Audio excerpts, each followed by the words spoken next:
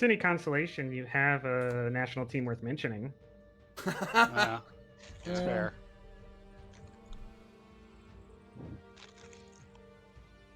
Apparently, we do in cricket, of all things. Well, I mean, we definitely have one in women's soccer. Oh yeah, oh yeah. But no, and In men's, not so much. no. It's okay. Women's is a better game anyway.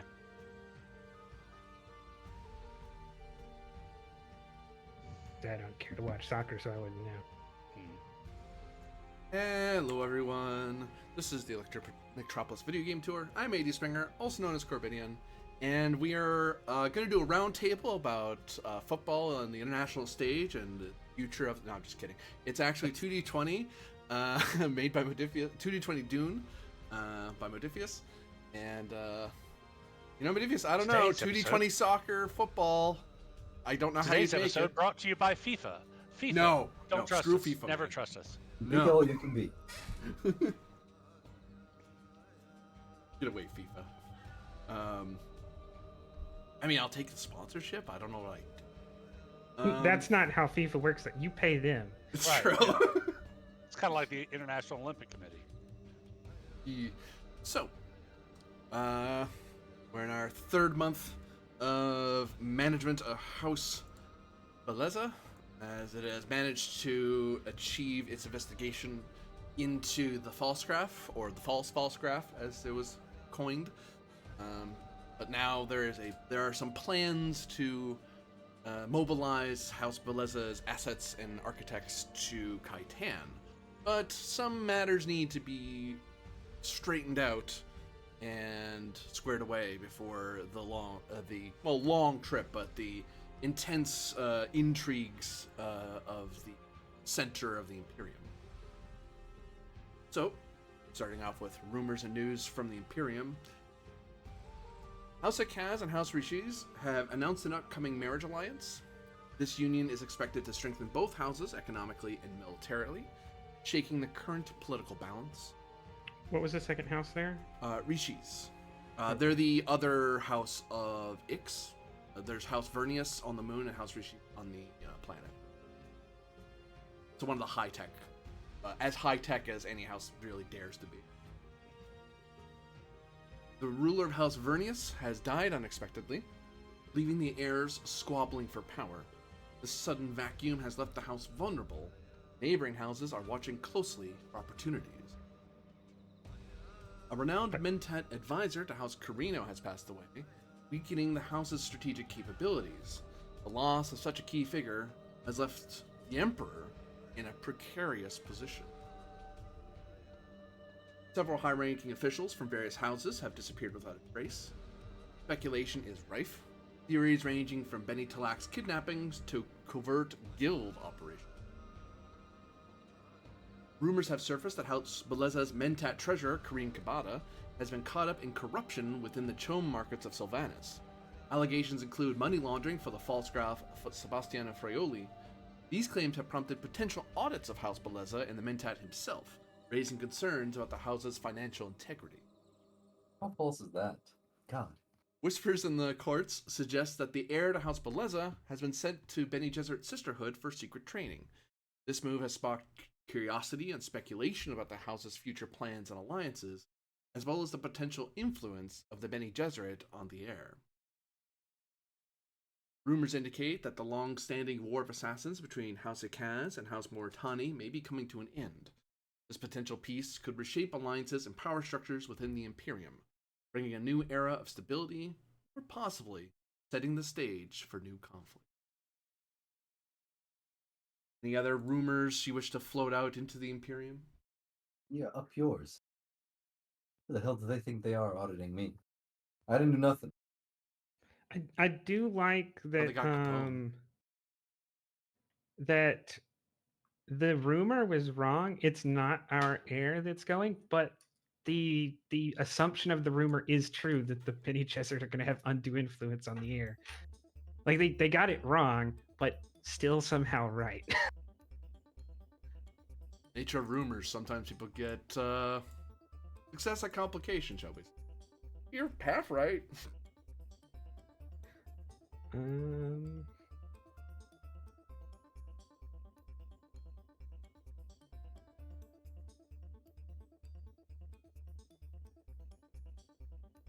No new rumors.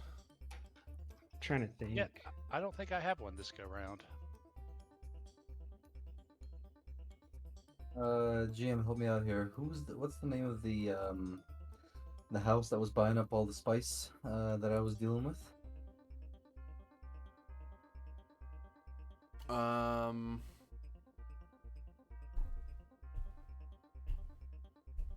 forgetting myself now. Been a couple weeks.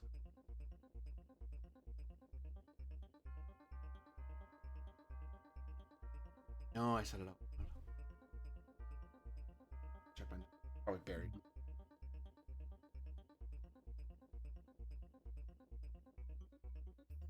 I don't think it was a Laka. It was local. No, they're from the planet Salutaris. So it'd be either Valorian or It was House Valorian, I think. Because no, was it the Duke Arconis that was buying up all the spice? I think? Arconis. Yeah, it would have been Arconis. Yeah, the Duke Arconis. Here's a rumor for you. The Duke Arconis is soon planning to mass dump all his spice into the market to try and lower its price, thus violating Chom market regulations. That might be true.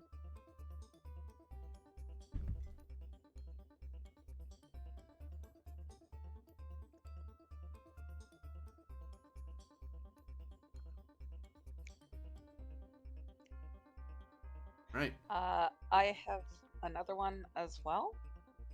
Sure. The heir of House Malvolus has been behaving oddly lately. Nobody's quite sure why.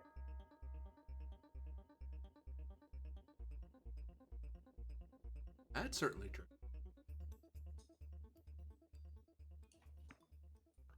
Who is the heir? To Malvolus. that would be Lord Thorian Melville. Well, but he's the current Duke, right? So who's the heir? No, Corvin Melville is the. Oh, okay. Sorry.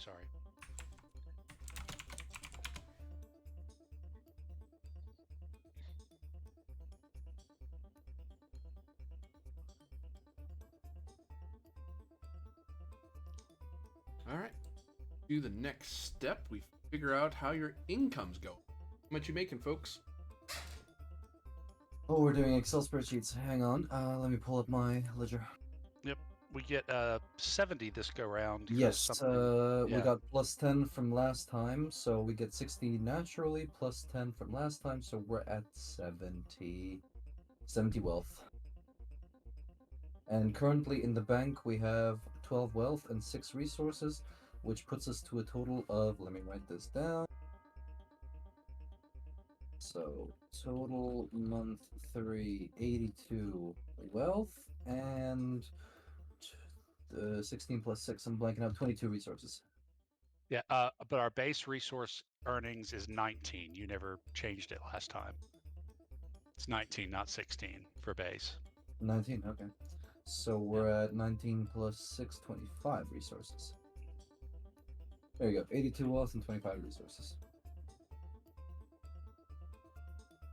All right. Hey, Kareem, roll me a d20. Of course. What could Ooh. possibly go wrong?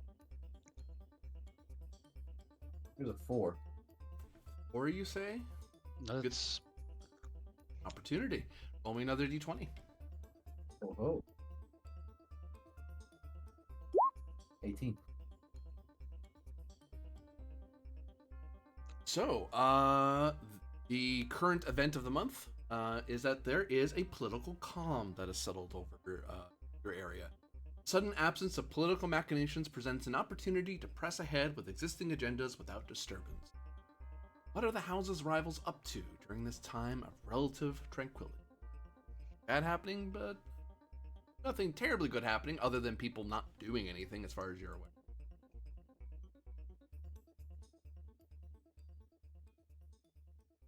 Always good to know that.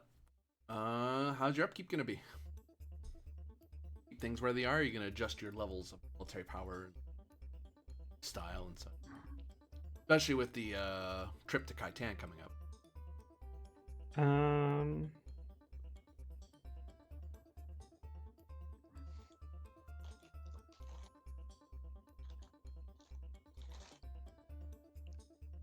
Also, you all may at some point want to loop in your treasure what happened.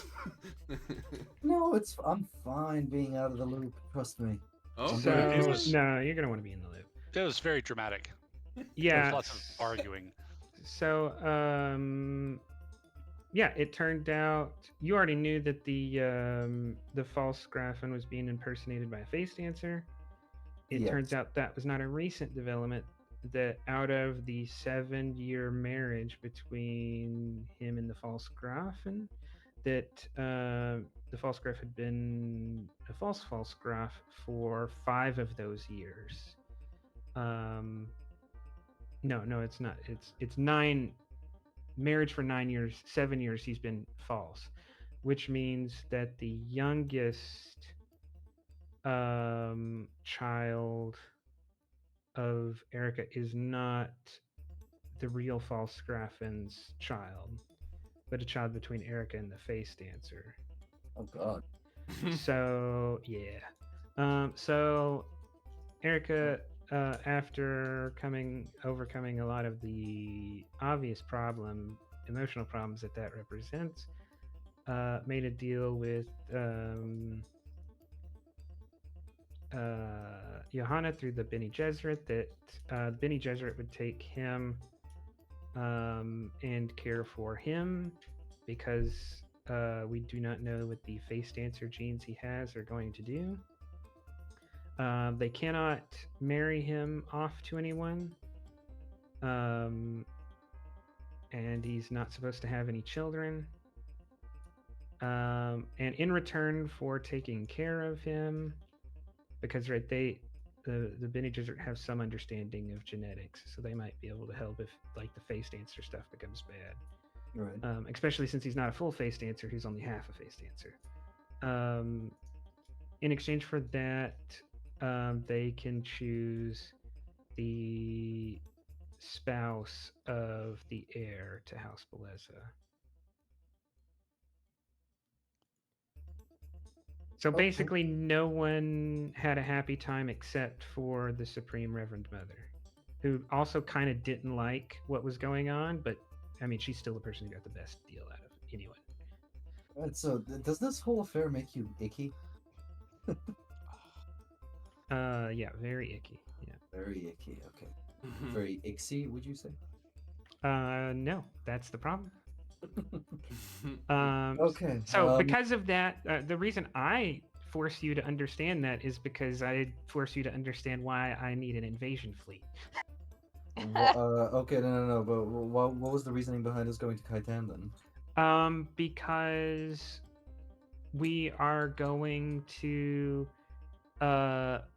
try to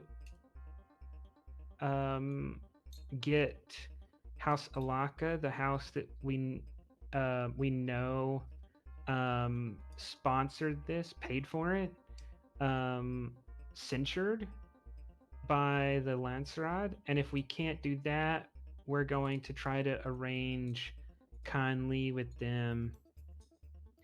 So basically, I either want them to apologize or get invaded, or if we can't do that, I want to be able to go there and start killing important people. Right. How Also about worth going to Canley with the Bennett Lilaxu, or is that not a chance? They're way big. They're like a great house practically, right? Yeah. So they're on it's the like same power- they're kicking way above our. It's just I didn't think that feasible. Well, and it's worth noting too that we did learn that while the face dancer was he was working for Alaka. Ultimately, at the end of the day, though, he was actually working for the Beni Teliaksu because they were interested in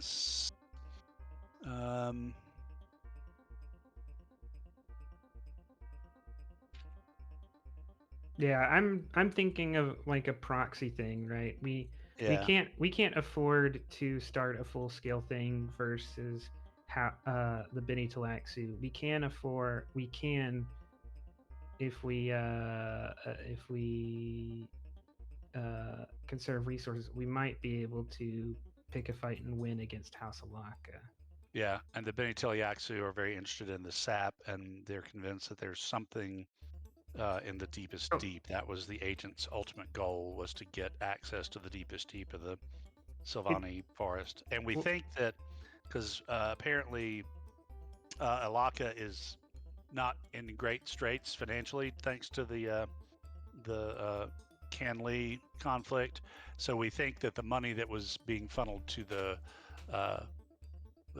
face dancer that you discovered is actually more Tawny money. So, like, Alaka becomes a double cutout.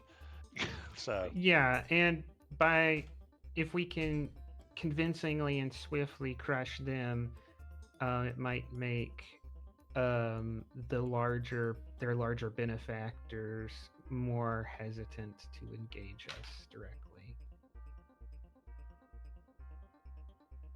Okay, I understand.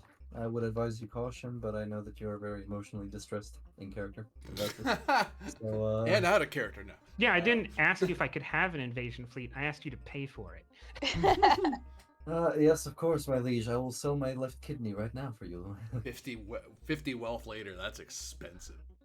yeah, it's hideously expensive. Okay. Well, talk to me, Chief. What do you want then? Also, because you have to pay for other stuff.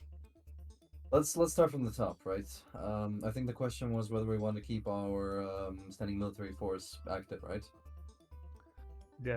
Yeah, we're gonna have to increase that.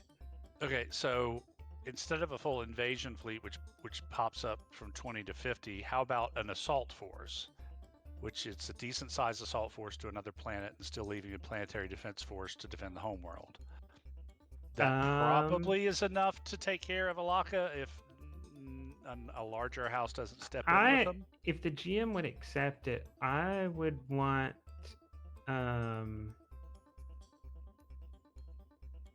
someone to make a roll to convince Erica to see that. I'm willing to take a communicate roll, just no momentum being generated. Yeah, I'm not gonna oppose it, so I don't. Oh, you're just asking for a number. Yeah, because it's not a terrible idea, and it still achieves what Erica wants. So it wouldn't be resistant, wouldn't be fighting against it, but you are asking a person who's been deeply traumatized to not use every ounce of the house's power on this. Right. I would call this communicate difficulty 3. It would be higher, except she is a just person. So if someone applies to her effectively, she may see the justice on behalf of the house. But she's impulsive, so difficulty 3 makes sense. I could try. Mill, did we discover that you have like the best communicate of the house? I got an 8. Oh, never mind. He wasn't here at that time. Oh yeah, that was the other thing that happened last week. They found out the problem of getting involved with the person in the house who actually does have the best communicate. Of course. Oh, that's right, because you had us 6 ways to Sunday, but because there were 2 of us, we managed to talk you down. Well, here's to hoping I won't miss any more. So, yeah, we'll get her fixed. Think I could try and appeal to you, perchance? Communicate difficulty 3. I mean, communicate justice? Can Joanna assist? Certainly can. Or truth, perhaps, because my I liege, think- we can afford something, but we cannot afford, a nuclear I think arsenal. truth, right? Because justice would Yeah. be more in line with punishing them, I think, because I'd they've take done a truth. justifiable wrong. I'd take truth, Yeah. especially given that you're a mentat. That totally lines up with a mentat treasures. Very specific line of thought you'd probably have.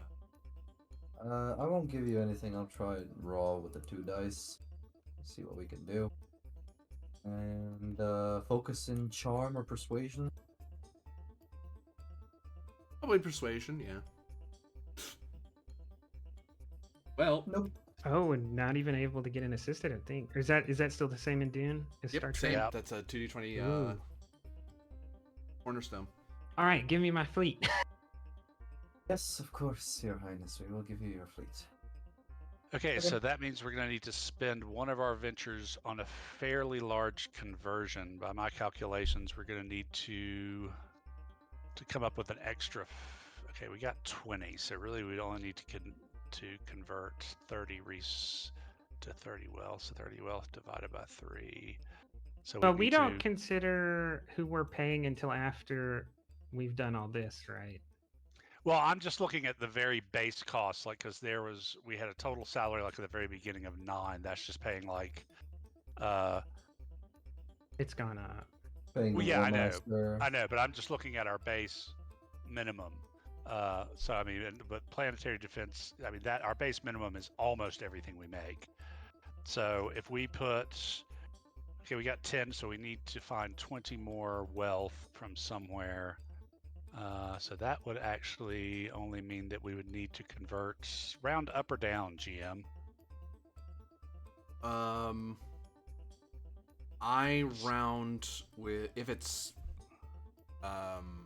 Real rounding runes. real rounding. So if it's 0.5, Yeah, I go so- up. If it's below 0.5, I go down. Yeah, so to get that extra 20, we're gonna need sorry. Is that right? 20? Yeah. Then we need to convert 7 resources to wealth, And we'll, which will yeah. cost us one of our ventures. So we'll only get one venture unless we want to convert more than 7 Well, wealth and to we pay can for come- more. We can come down on things, and we can. Some people cannot take salaries.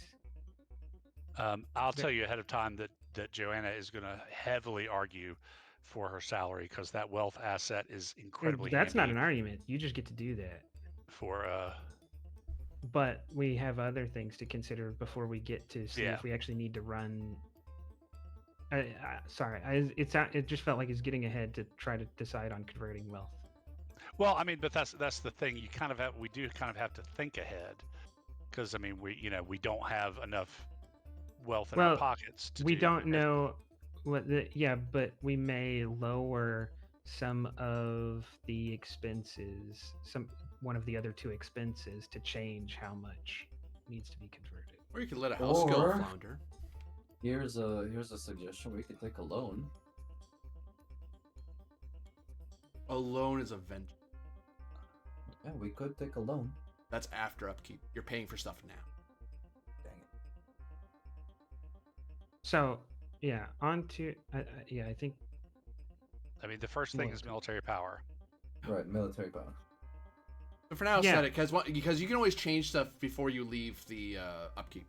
Because you're not once you're in ventures, I'm gonna lock in with. Okay, I will also note that according to the book, this is quote comparable to the Carino's Imperial Fleet, end quote, is the invasion fleet. That's a lot. We don't need that. that's Actually, one thing I'll point out that I kind of screwed up during the warfare. You know how I was rolling it for a certain difficulty to see if I could attack things and stuff. I'm supposed to roll. Actually, no, it was during an active warfare. If I'm trying to roll against, like, hey, how hard is it to get by this guard, or how hard is it to do something to this enemy force, the difficulty is set by how big your army is, how strong your Right. military power is. Some of the stuff I was rolling, I was treating like difficulty 2 and stuff. It should have been difficulty 3 because your guys' money was a lot Right. higher. So Yeah, and so there's the difficulty. It's that that's why I asked for a roll, because me as a player knows we do not need an invasion fleet, but I can't really roleplay it that way at the moment.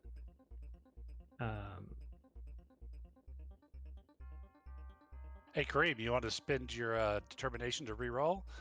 If you have a Also, when and for roleplay reasons, there is something Erica said to Kareem when they first met that I have the only power of veto, right? it was not said exactly that way, but that is kind of what was said. 'Cause she said you're the only person that she would accept telling her no. She couldn't promise you would be able to keep your job, but you were the only person she would tolerate saying no. GM, can I burn a determination using the statement the numbers really don't lie? Mhm. We can't pay for this. To try and reroll. Can I spend dice on this reroll? Spend threat on this reroll? No, because you're re-rolling a failed roll. You have to spend dice the first time. Fair enough. One off. But You can now Assists you're can happen. but now you can get assists, which means now you've made it. So with an impassioned plea, or a logical plea, I suppose, from Kareem. Not even a passionate plea. I'm just going to say, no, we haven't got the money to house an invasion fleet like House Carino. It cannot happen. End of story. You want to see the logbook? Here's the logbook. We don't have enough money. Like, I'm not just saying no to be a jerk. I'm telling you what we don't have. Exactly. This is very logical. Look, I'm a human computer. I calculated this in 0.05 seconds. We cannot pay, and if we get into debt, we'll be paying it off for the next 30 millennia. With that, Erica will relent to an assault force. Only wealth of 30. Unacceptable. Unacceptable relent. well, there's where that 10 plus 10 wealth comes in handy. So, talk to me. How much are we spending? We're 30 for spending assault so far. 30. Alright. What do we normally spend on people? 20. So we're going up by people. On what do we normally pop- spend on population loyalty? 10 to get acceptance. And how much did we have in excess of our normal? 10. So I mean, we could do normal without having to futz around with much.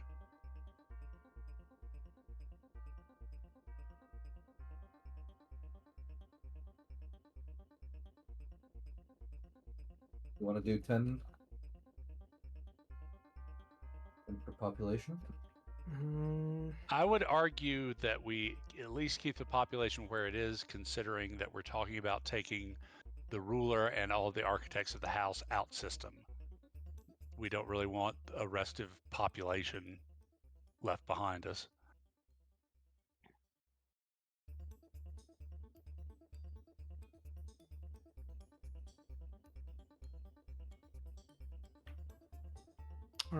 That's good to me. Leave it at 10. Okay. So we've got 30 main income left and 12 in the bank. No, so we got 30. So we spent out of 82, we spent 30, and we spent 10. So we So should 40. be at 42. Right. Right. I wasn't counting the bank in. I was just doing the base. I'm counting the bank in Income. as well. So we've got 42 wealth left. Style. Lifestyle. Who wants to get paid? No. This No. is how good your house looks. How Oh. well dressed you are, and how nice your places are. How much did we spend? We on that? normally spend 10. For it? Because we're going to Kaitan, I want to spend 30. No. Oof. That gives you all the I impressive mu- trait. I must put a veto on this. Nobody on Kaitan will give a damn how we look. It's what we present on Kaitan. You're I mean, we're wrong. already Those are noble. synonymous. No, it's what we present with our words, not how we look. Spoken like a mentat. But yeah, it's his veto if you accept it, obviously. The one who empowered him with it. I need to put a veto on this. Like 30 for clothes? No way. We're not dressing for Hugo Boss for Kaitan. I mean, come on. We're the look good guys. how- We don't dress in Hugo Boss. We don't dress in Versace either. Yeah. I mean, Atreides doesn't dress in Versace or Hugo Boss. Come on. Like if your goal is to upset the Emperor by outdressing him, Yes. well, we no, can do that would be Imperial. Yeah. But if you want to go peacock around in Kaitan, you know, we're gonna do a lot more if we put out raw facts than what the hell we're, you know, wearing on us. Because you know, as business oriented Shoam is, they really don't. I don't think they give a damn about what you wear. It's about what you bring to the table.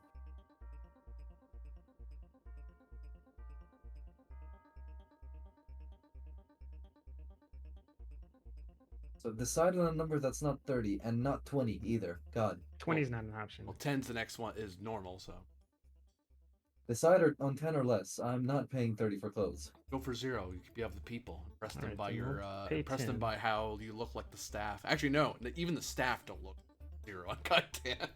Okay, we're minus 10 for clothes. I'm willing to concede that. Fine. 32. Concede, that's the normal price. Yes, I'm willing to concede it. Considering your crazy plans on taking over another planet, I'm willing to concede it. Oh, This I don't want time. to take it over. I just want to kill everyone on it. It's not everyone on the planet, Without just nuclear a single weapons. continent. We'll I cross that will. bridge I will when we say get not to with it. nuclear weapons. We'll cross that bridge when we get to it. So you're still paying for your house skills. You're not lapsing any of that. How much are we normally paying for these? 10 to 10. keep them all where they are. Yeah, I don't think we want to let them fall. Yeah. Yeah. Alright. I agree. So for house, minus 10 for house skills. So that brings us to 22 total. Is that by my 22 count? total. Yeah, your math is correct. Now house rolls. Okay. Well, we need the You're sword losing your master. chief physician. Well, he was short-term hire, I think. Yeah, yes, that's what I'm confirming. Um, The Sook Doctor is Jo- getting fired. Joanna's getting paid because we're going to Kaitan and doing some espionage stuff there with a wealth asset would be handy. So we got minus 10 for you, right? Yep. So you got 12 left. We have to pay the War Master or our Sword Master or whoever leads the troops, right? You have to pay both of them. That's another 10. And we can't pay anyone else. You have 2 light left, Yeah, 2 left. which you have to give to Gallia. Okay.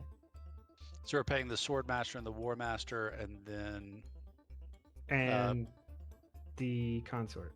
right. So that's Because I don't another think we get the 12, I don't think we get the option to not have which them is take salaries. a total of 22. Because they're We're not at players. nil. We're at nil wealth right now. Unless If you nil someone's salary, one of two things happen. Either they might just leave service, or they just become unavailable. So you'd have to do a roll to get them to help. even if they are not, even if they are assets. If they're an asset, you don't pay them. They're busy just living. They're trying to live their normal life. Oh, if They're trying to you make don't- money. If you pay for them, they live their lives normally. They're like, oh, okay, because they're at the noble wealth that everyone else in the house gets. But if you don't pay them, then they have to figure out how they're maintaining their lifestyle. So they can't really spend time helping. That's why the doctor can't help you guys unless you go over to him and say, hey, I know you're busy, but could you help us out with something? And I'll have to get him to help you. Same with Lady Gallia, because she's like, well, I love you and all, but I have to continue working. I have to somehow, unless you're gonna, which you spending wealth is how you're upkeeping her in the first place. It's how you're keeping her fed and clothed and everything for the month. All right. Can she subsist on porridge this month? No. Now without a roll, like you can tell her to back up. You can not pay her. It's just that you'd have to spend time talking to her and do a roll to get her to help you because she's busy trying not to live on porridge. And let's face it, on the roleplay level, it's not like Erica's not going to be leaning hard on Gallia after her personal life just kind of blew up in her face. Mm. Yeah, we'd cut the War Master loose first. Yeah, we would. So let's see. That's fair. Total thing there for our house junk is 30, 40, 50, 60, 72, 82. Okay, and I put in the sheet this go around who we were paying for salary wise, so we can see that next month. Which means we go into ventures with resources but no wealth. Right. Yep. Now, again, if we want to convert resources, we can buy extra ventures. So, but it costs a venture to convert. But we did that last month, and that kind of worked out fairly well. That was crazy calculations last month. And to get extra ventures, you'd need to spend 10 wealth per extra venture you're getting. Right, but one resource converts to 3 wealth, and we don't have the 1/3 limit because we have a space for it. Right. Just letting you know you can buy ventures, again, that's all. Ventures are in the Houses of Landsrat on page 100 and something, right? 104 and Yes. forward, yeah. But like, I think Come on, construction Canada, ventures, wrap we're just up. worried about resources. It's if we want to do a boon venture or two that we get into needing wealth. Mm.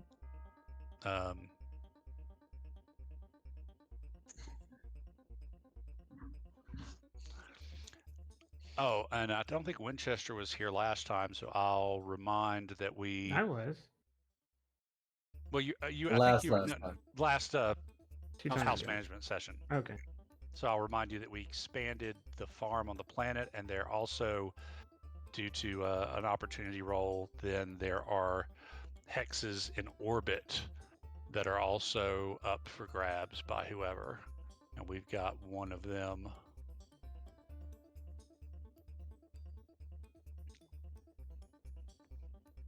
Well, may I suggest something in terms of at least one venture that we could do to spend our.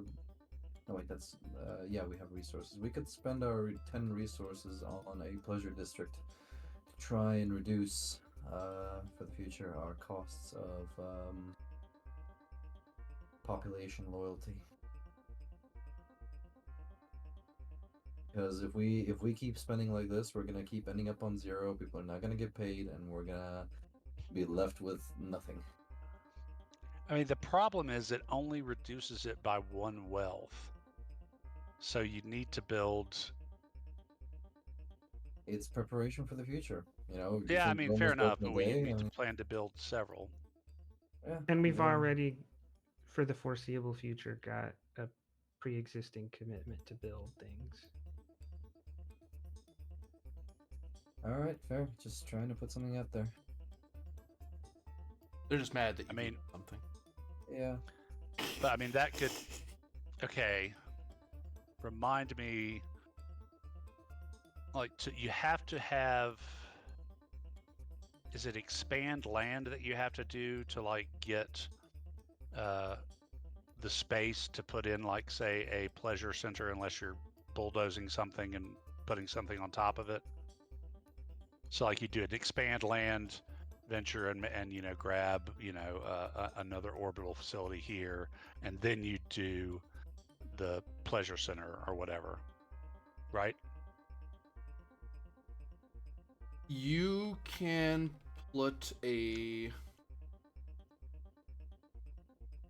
Yes, that's right. Because if you haven't cleared the land to build on that area, then you have like trees and rocks and other crap. Right. Like you actually have to landscape or scout the area to make sure it's somewhere you can. Right. How much money can you how many what is the maximum amount of money you could get converting resources? I don't think we have a limit because of our spaceport. Mm-hmm. I'm not sure about that. How much resources do you have? Yeah, it's all based. We've currently got. Oh, sorry. Having a spaceport 22? means up to half of house's wealth or resources can. So 11. We Well, can no, convert we 11 have resources. 25. 25 divided by 2 25? rounded up. Yeah. So yeah, that's me. So 12. 12.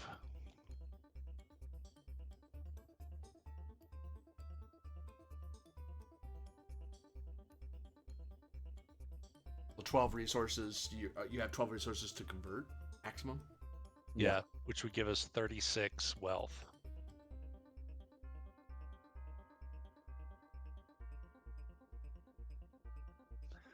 But Okay, all so the this is all what of the I- construction ventures are priced in resources, though.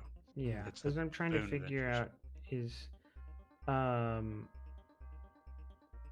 I'm trying to figure out how we actually pay for the invasion of Alaka. So I think we have to pay, which obviously I don't think we'll be able to afford it this time, because you'd have to pay 40 for the Highliner charter, and then Prepare for war. no, 30. prepare for war is just to give you some momentum when Oh, you start. right. It's Mountain invasion. Mount there it is. Invasion. Which I will adds another- highlight. I will highlight. Highlander Charter is just if you're moving people around. Okay. If Mount Invasion is you paying for them being Okay. ferried on like the next. You're basically telling the guild, hey, we want to invade somebody, so we want to buy a lot of slots. Okay, it costs 10 wealth per unit. Because So housing a bunch of guys. Okay, so another question worth asking is, do we think we're going to actually do the invasion within the next month before we have another house I don't know. management? Because I mean, that it seems to me like if we do that now, we're putting the cart before the horse, because we haven't even done what we wanted to do at Kaitan to set the stage for it yet. I don't know. I wanted to figure out how it worked first. Oh, okay. So it says that it's 10 wealth per unit, Mhm. right? And the details are in the warfare section below. I don't see any explanation on the warfare section of why it matters for us to pay for the higher military power in regards to an invasion, because that doesn't supply the actual units. The actual units we end up using, I think, are personal assets, right? Like I would be if I took the or if we took the Mount Well- Invasion, we'd be paying for our assets to be moved, which feels like paying a double amount, because Well, think of it this way: the better your difficulty is, like you're attacking something to raise something, but when you like secure an area, like your staging ground or port operating base might be, or someone's trying to move into your guy through your guys' areas, the higher difficulty you're paying for makes it harder for the other side to do stuff. That's why you do the pay to have a bigger force. Battle phase, the first phase. This is just moving them to another planet so you can actually invade somewhere. but yeah, I guess I mean there are no other units other that we pay for other than our assets.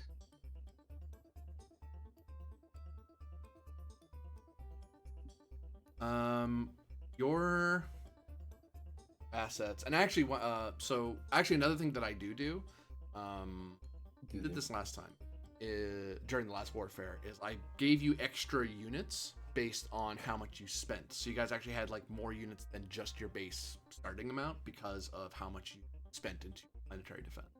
Yeah, like like regular house guards and stuff like that. Whereas if you're spending a lot more now, I'd say, well, obviously have at least a ship that's moving, a attack ship of some kind. You have extra units on top of the assets you have, because you spent higher than your normal. And when we have to pay for those those temporary assets to be transported as part of the fight, or is our paying for the resource? Have we already paid for that in the assault force being more expensive?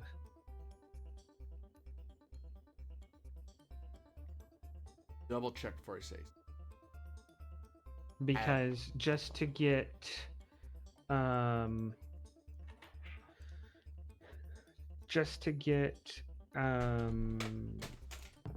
like the condemned and maybe the war masters battleship to Alaka territory would cost 20 wealth.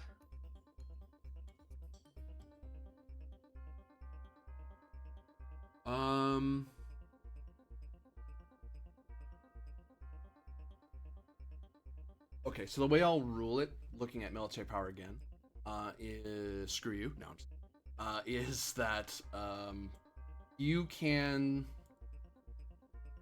because you spent 30 wealth, you've made an assault force. You can move 3 units without doing a mount invasion cost, because you've already set aside a budget for the military to go. Hey, I need you guys to be around, pay for like higher lander charters and stuff. So okay, we'll move 3 units. Any extra spend, because it's 10 per. Yeah. Okay. With that understanding, then I don't think we need to do the mount invasion this time around. If we get so far as to like just blow the Landsrat out of the water and we get permission as soon as we step off the Highliner, whatever, we can already hit Alaka in a short period of time with our best troops and a warship. If we want to hit them with more, then we could pay 10 or 20 next go around. So I don't think we need to put any more money towards that at the moment, with that understanding. So y'all finished? No, y'all claimed a domain. Y'all didn't develop it yet, though, right?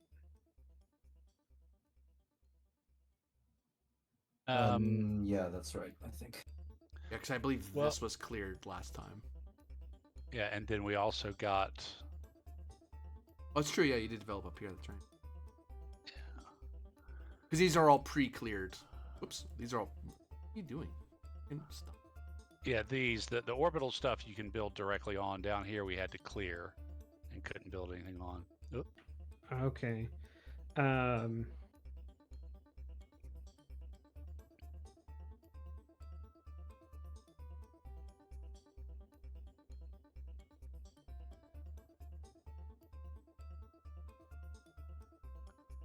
Well, then I think we should build a farm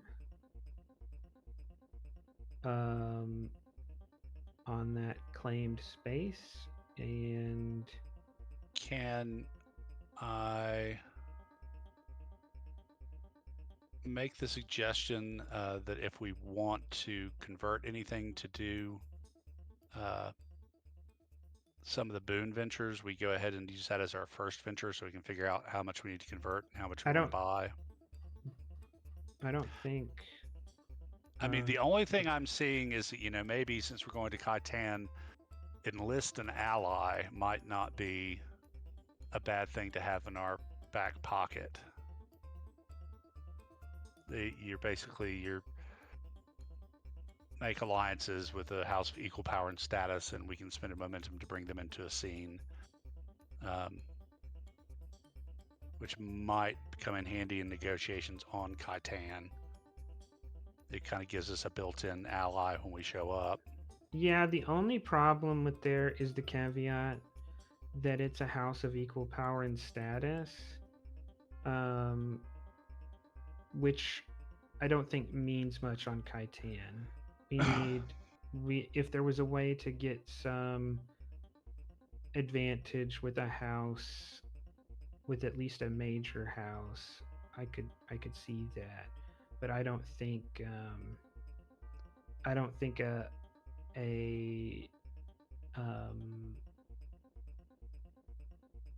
an ally of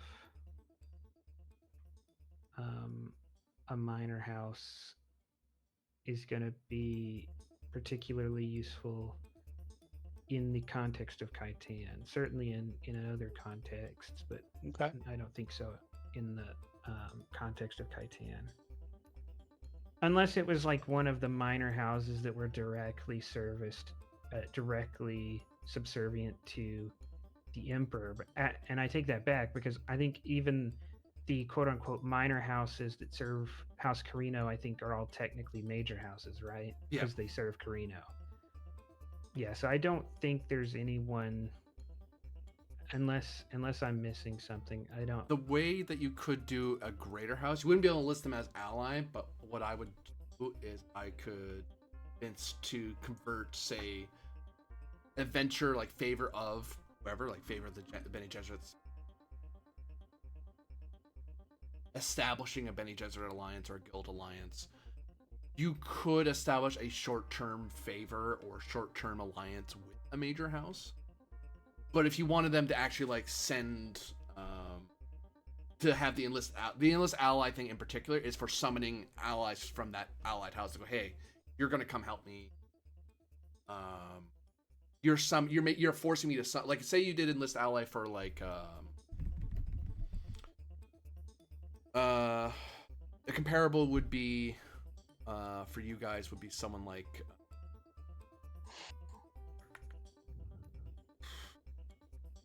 Malvolus, like he's a minor house right now. So you could say, hey, we're gonna I'll spend a momentum and I'll make a Malvolus person come over and they're going to help us the same way me summoning bad guy reinforcements in. Whereas favor, you can make that instead of like having an additional success on a test or something like that. So it makes it easier for you to talk to a certain house. That'd be like 10 wealth for an alliance, difficulty 4, or to get a favor with them, 10 wealth in one. That's the way you'd get at people higher than you, because that's what favor of the Bene Gesserit and Space and Guild and all that stuff is you swinging way beyond yourself to very big players. I'm still kind of predisposed to using our actions to continue the development of the forest, so that Yeah. we can cut our dependency Yeah, on the guild. that's fine.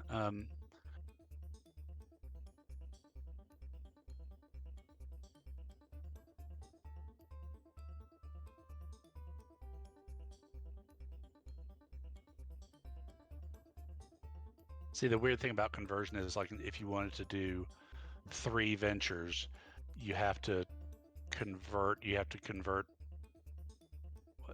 whatever to get 20 wealth, because you have to buy you have to buy 2 to get 3. Yep. Because the idea behind the extra ventures is if you're wealth heavy and you're like, well, we have so much wealth coming out of our income, we might as well give ourselves extra ventures. That's why the Emperor can do so much, because he has way more venture strength than a minor house. Is there anything we can do to increase our income next go round? I mean, beyond the Boon Ventures, mostly.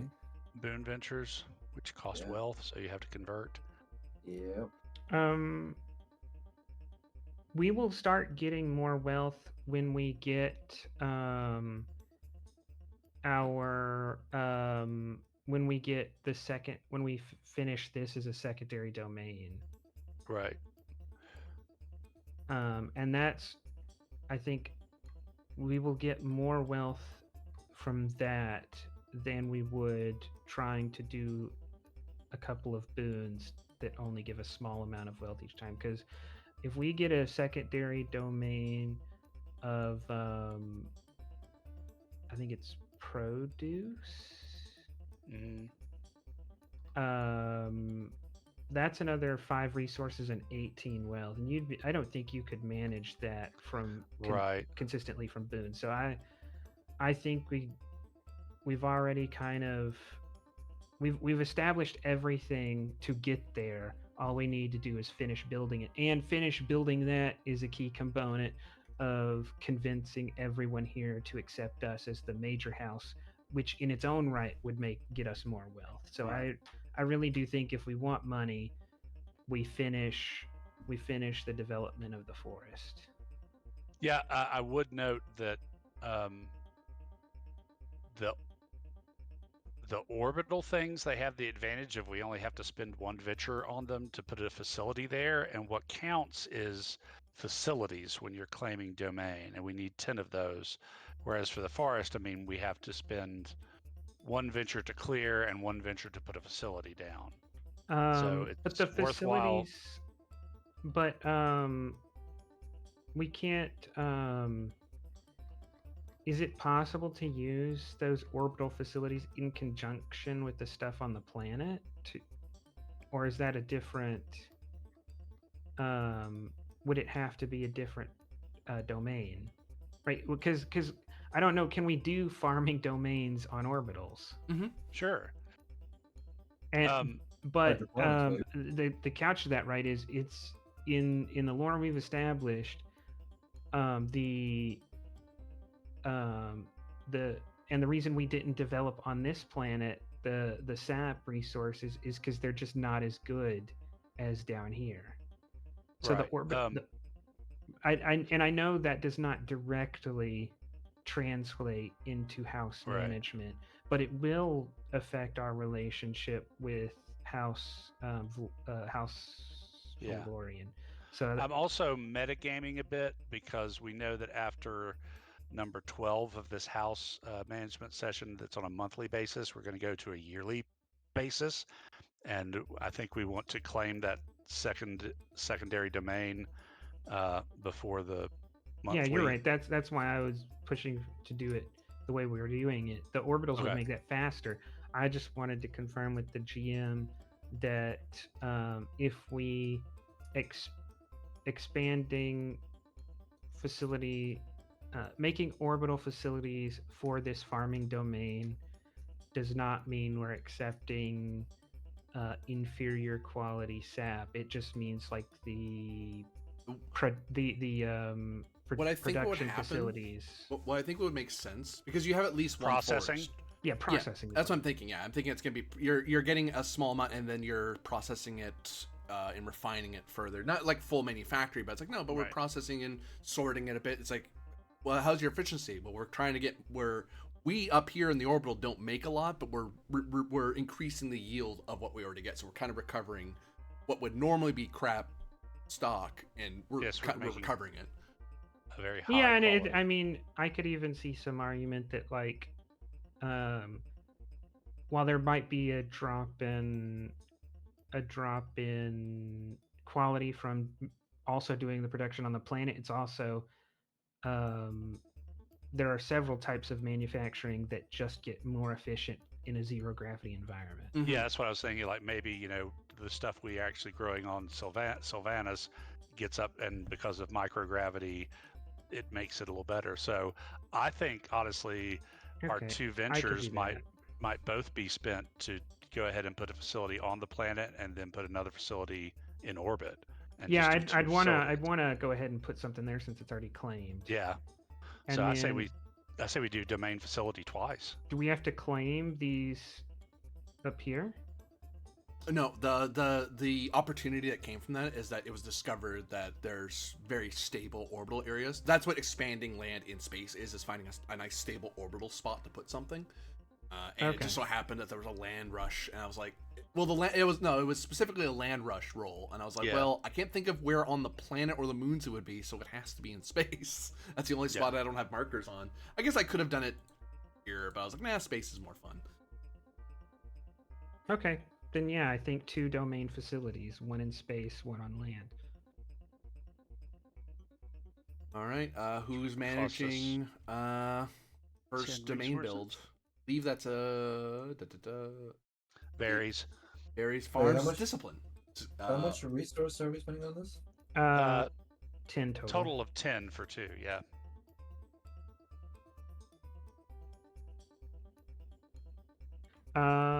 Yeah. Erica would like to go waste a bunch of time on the planet. So I'll do the first one. Discipline difficulty 1.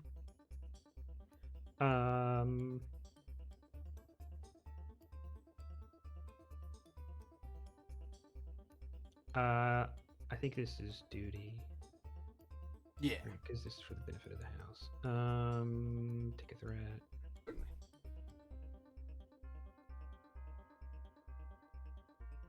I will note, normally around here, I'd probably spend threat to try to up the difficulty or something just to make our lives hard, but the opportunity is no one's doing anything around here. Everyone's playing nice right now, so I have no reason to pick on you currently.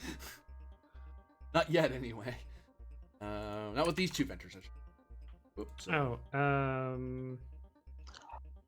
Sorry. Can I ask to be able to use the asset land rights here? Yeah. All right, then I guess that would have lowered the diff to 0, and it's 2 bonus momentum, so I think 1 earned and 2 bonus. Well, it either brings the difficulty down or it gives you bonus momentum. Oh, sorry. It doesn't do both.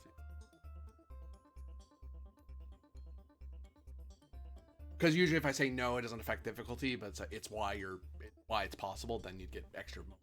It totally makes sense to use it as a diff decreaser because you're using it on the forest. It's like, yeah, I have land rights. I'm an existing landholder, and the tribes are okay with me being out here doing stuff. It's like, yeah, they are. Oh, I mean, if I get the, do I get the choice, or are you saying which one is happening? I'll let you have the choice. I'll let you pick which one. Then yeah, it's not that difficult of a task, and I already kind of put extra effort by, buying that dice is putting a little extra effort in story, so I won't use it to help. I'll reap the benefits because it's a quality 2 asset. If it was only quality 1, then I might not have put in the extra effort represented by the dice. I would have tried to invoke the land rights to keep me from having to do that. So what you do with your bonus? As you're down in the forest establishing yet another farm out in the deep wood.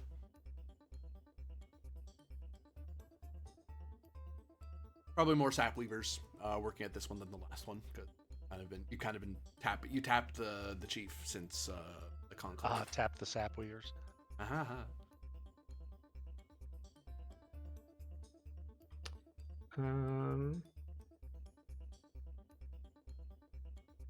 To momentum to create the advantage on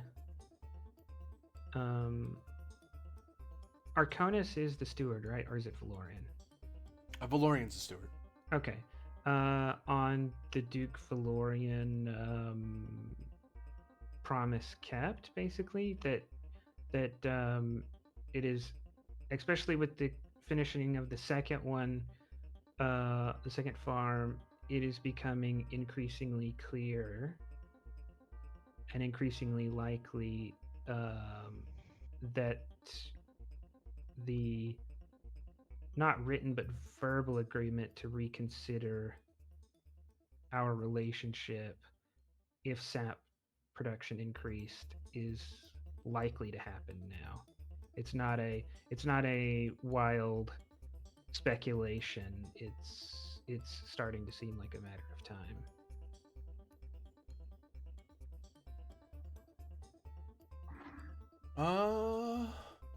I have an idea.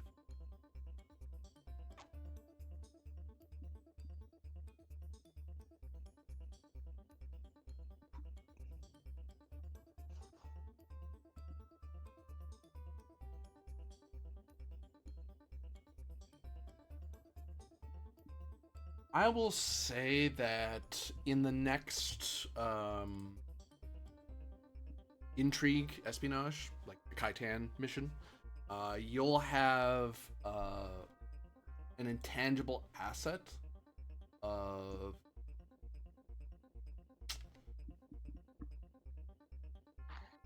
something from the Duke. I'm trying to think what the Support of the major house.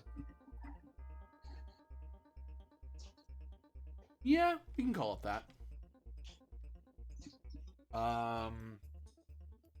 So keyword, at least one of those keywords is big.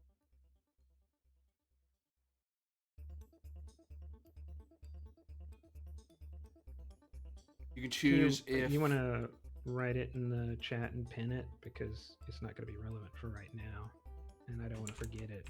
Favor major house. Valorian.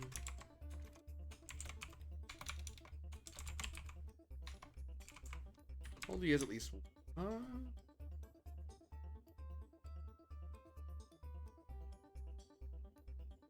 Wouldn't be 0. It's a bit better. Because he's a major householder, so you actually have someone to.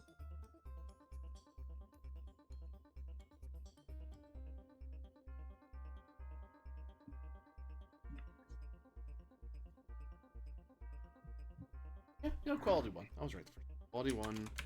Keywords.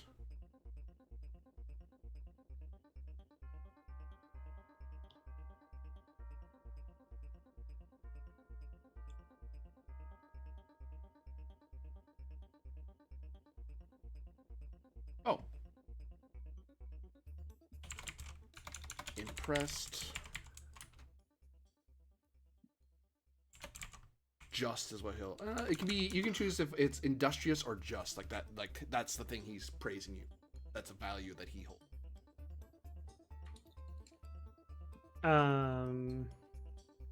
Industrious. Industrious. And.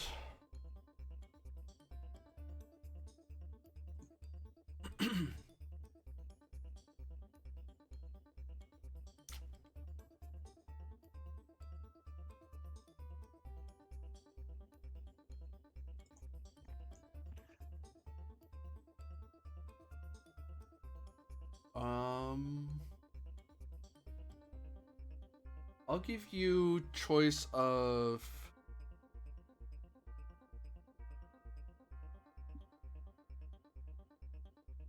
loyal or familiar, in the sense that you've either shown loyalty to the cause of the major house, which is improving area. So you sound like you're very loyal. You're impressing about people with your loyalty, or you are showing a certain familiarity with a major house. You're on a lot less formal terms with your duke than otherwise your title would otherwise suggest. Yeah, familiar, because the whole point of this is to induce loyalty from him to me, not the other way around. Yeah. All right, that's one venture down. Who's taking on the second venture to go off into space? I have a thing. Look, the house is in a bad state. Let's not kid each other financially. I need to try and sell off this spice asset that I got last time. Hopefully flip it. I'll try and flip it for double its value. I don't know the market value goings of spice right now. This is house ventures. We're not a personal yet. No! I thought we were personal. No, No, we only did one house venture so far. Yeah, we know. I mean, we discussed what the second one was going to be. We just need someone to roll it.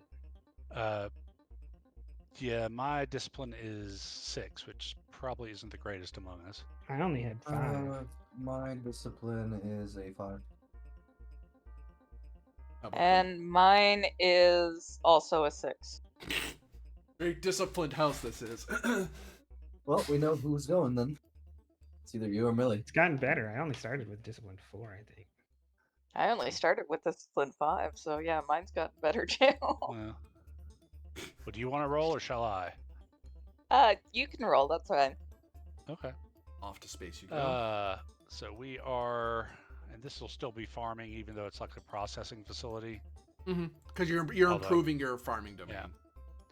Yeah. Yeah. Duty. Discipline duty. The house. Yep.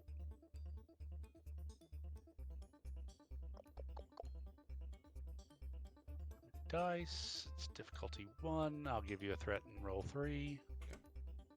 Oh, I didn't think Nightshade has pretty high discipline. I think She has familiarity with orbital stations too, so she's expensive to activate, so don't do it lightly. Okay. Don't think I have a focus here. I'm looking for 1 hit, I think. And I got 3. All right, 2. And let's just take the one, I guess, next to us. All right, now we're into personal. Kareem Kabata seems eager to unload some of his sins. Look, if anyone has any better ideas, go ahead, go first. But No, I think this is a great idea. It keeps you from meddling in marriages you're not supposed to be meddling in. here's the thing: I really want to meddle in that marriage because if I don't upkeep it, I think. Wait, GM, I've upkept her. No, upkept her is a bad word, bad choice of words, perhaps. But You've been attentive. I've been attentive for both times now. I think. If I don't do anything this time, is she still gonna stick around, or do I need to keep at it? No, you've solidly confirmed that you're a romantic connection of hers now, and she considers you the same. So you're romantic partners in a sense. You're not at consort level yet. That's a whole other thing. But yeah, no, she's a romance that you're involved Okay, in. You're just so- not spending so this I- month. You're just doing something else, which frees her up to do stuff as well. So it's not like she's gonna be missing out on something. You can Right. do So something else this month. I need to flip that spice. I want to try and flip it for double its value if possible, or slightly higher than what I bought it for. I bought 5 wealth of spice. What are you looking to convert it into?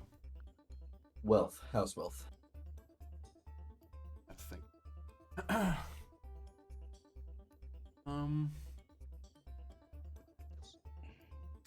And if my rumors are true that spice is soon going to go down in value, I need to ride the high while it's still there.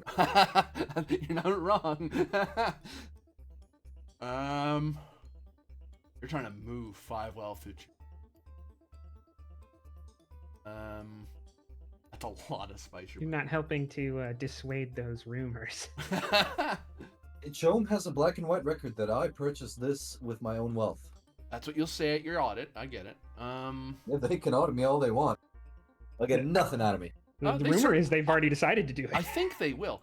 I'll take any Benny Gesserit truth poison. There has been no falsehoods in my numbers. You numbers. have a Benny Gesserit contact. It's probably fake. Put your hand to the box. I will do it, and I will come out unscathed. It will be some kind of roll, difficulty 5, because I did spend it, because the Chome's basically, Chome audits are coming in your direction, pressure from other houses. They're wondering what the hell's going on with you. They're wrong, which is hilarious. They're jumping at you for no, like, even if they nail you, all they've done is stop you from selling you, but that's it. It's like, I'm actually not doing anything wrong. I've actually been above you. board, you jerks. Spent enough there for an AP, am I correct? Yes, I did. Oh, another AP. I will say communicate, because you're trying to convince the right people to buy it for the price that you want it for. And I will say that if you we said it was worth 5 wealth. Yeah, And you're trying to make how much off of it? double. Double.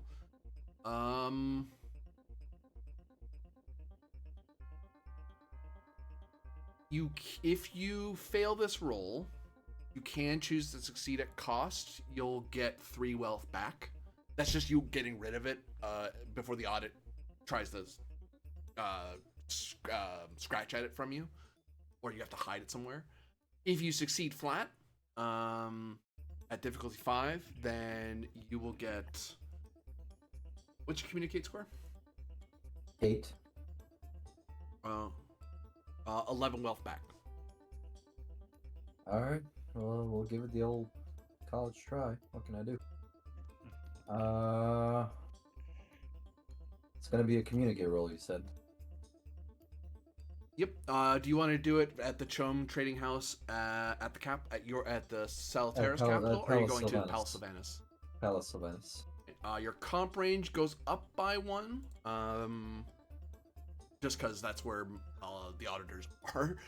But I will say... This is a power move. This is a power move. I'm doing it. I will say that if you succeed, you'll get an additional, a bonus of 2 extra wealth. So, what did I say, 11 initially? So it'd be 13. Yeah, so 13. Because you're finding the richest people that are available in your area, short of lead. Yeah, and like I said, this is a complete power move on my side. I'm not scared of these audits. I know I'm innocent, so I'm gonna go to where the auditors are, and I'm gonna sell it. Go ahead, you can watch my paperwork while I sign it. Yeah, exactly. Here's a copy. Don't mind. Well, I want to try truth on this one. Yeah, you didn't get this illegally. I don't have any determination left, so I'll give you. I'll take a full mid with combined momentum and threat. It's 4 threat. 4, not 3.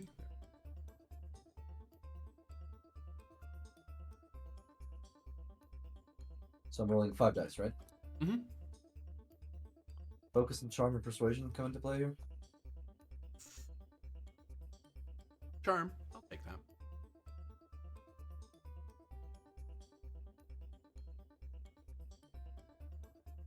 Well, you got a comp. Comp. Yeah, I'll But quash 1, it. 2, 3. So you're giving me 2 threat to quash it. Yeah. 5, 6, 7, 8. So you generate 3 back. And yeah, you're able to find envoys and agents of treasurers from across the Imperium who seem to be here, who even under the auspices and strict Mentat supported audit, every move you can't breathe sideways without them checking your pockets practically. But you are very thorough, you're very precise, and you make sure you get... And also you don't let that specter of audit dissuade you for just selling to the first guy who offers. Because some people will offer you bullcrap offers just because they know you're under an audit to hope that you're going to get rid of it. Just to get rid of it and not have to worry about it. But you stay the course, you hit the number you're aiming for, and you got a bit more and then some. Because you find some rather eager buyers. Because you have people on the other side thinking that the market's going to bounce back, or that these rumors are false. So they're hoping they're buying low now, and it's going to jump tomorrow, next month. Yeah, exactly. And to all the auditors, I say a man with a guilty conscience has nothing to fear. In month 4 of our house management, we'll get plus 13 wealth. Nice. That's the treasurer's personal venture. Next.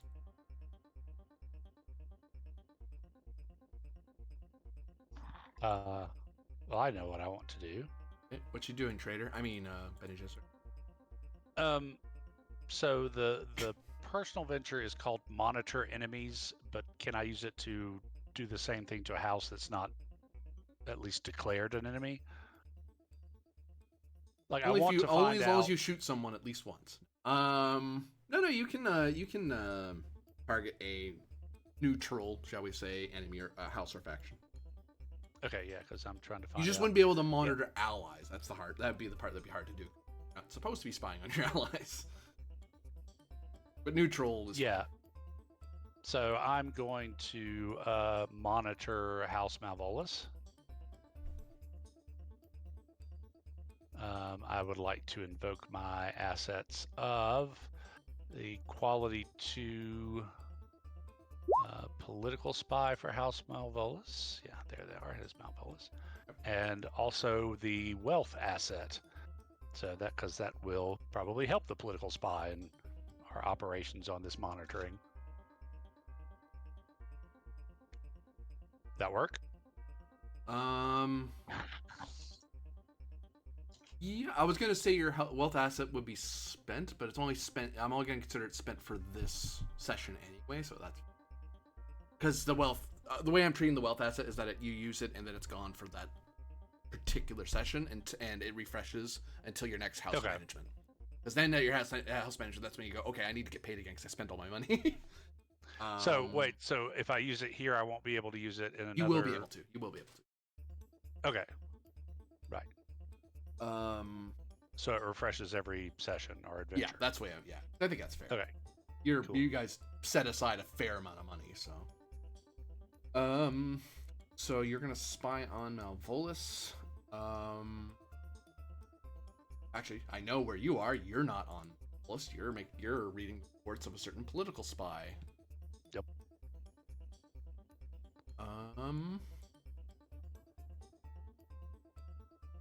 They're successfully mad. Question. Difficulty is 3. The reason they raise it right now, nope, all's quiet. Malvolus doesn't know that they have other things they're concerned about that aren't spycraft stuffs in them. So it's gonna be 3.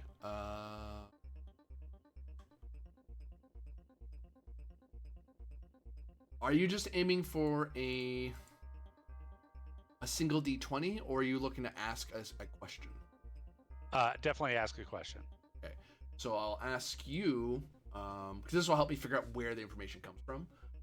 Where are you positioning your political spy to gather info on Malvolus? Where's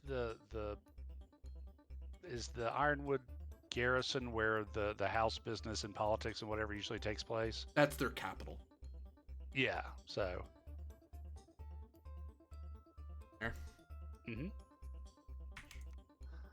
With some wealth to spread around. So difficulty 3. Trait of spy to lower the difficulty. Difficulty 2. It's a move. Can I use move truth? I will just. Okay. And how about, since I'm trying to do this low key, the focus and stealth for move? Okay. Because you're instructing your spy on how to. Right. Diff 2. So I tell you what. I will. I tell you what. Sorry. Tell you what. Let me tell you what, man. What I'm gonna do, man, I'm gonna take that 3 momentum, man. I'm gonna buy me 4 dice. All right. Dude, where's my car? Oh goodness. Gods. That is truth. So yeah, I'm going to spend my determination to reroll those 3 rather than giving you dice on I will discover the truth. So let us. That was move truth. Let's see if the dice really don't want me to. Well, I mean, I got it, but really want me to mess up. Truth. I'm rerolling 3. I'm using a focus. There we go. There you go. 5 on a 5. 3 on a 2. Sorry. Yep. So 3 gain. Generated. What's your question, Spy Master? All right. Here's the other question: does hyper awareness kick in?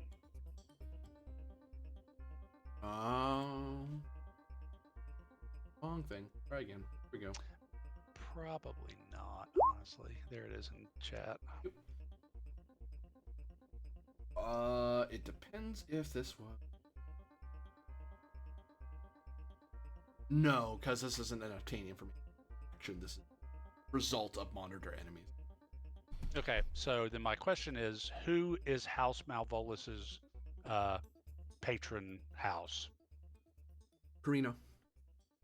Huh. Which is we weren't certain on, but more confident than not on. Well, I figured it was either Moritani or Carino. Yeah. You basically your political spy kind of notices it's little things like, you know, the Malvolus has nicer things than their wealth would suggest. They seem to be way more informed about major imperial events than they should.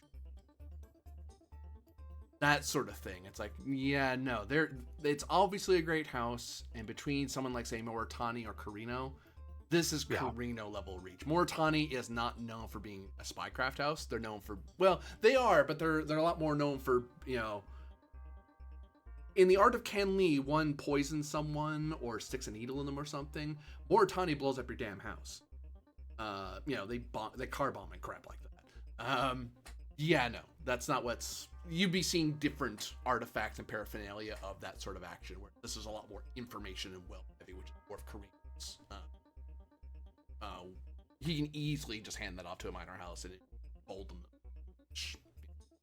That probably explains why more Malvolus isn't too worried about rushing to scramble currently. Right. You know, they have they have the best patron they could possibly have. So, can I spin to ask more questions, or did I just get the one? you can, and then hyper awareness fires.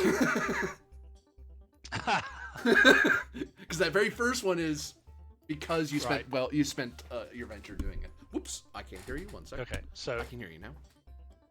yes, I will spend a momentum to ask another question. Hyper awareness kicks in, which means Imbiber of the Royal Blue Tea kicks in, so I can ask 4 questions instead of just 2. As you like do this full Jason Bourne level, staring at papers and seeing Right. plans within plans. Right. Yeah, the whole Sherlock text and everything. So okay. So he drank wine on the second day, but not the third. That means like what? How does that matter? Right. Walks with a limp, you see. That's how I think know I he the married the answer to queen. this, but I'll ask anyway. What's Malvolus's big goal with this alliance? I think I know. Stewardship over Right. the system. All right. What's their near-term plan or move to start on this? Invade the forest.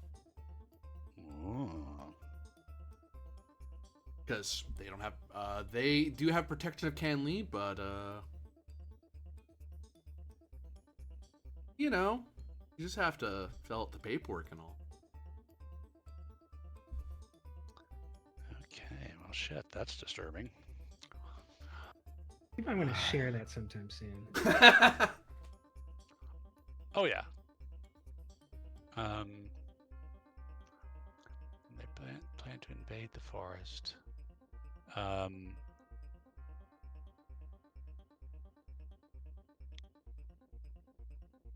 See also When? why they want to get involved in that battle you had with the cult. Like, no, we're gonna save our resources. Yeah.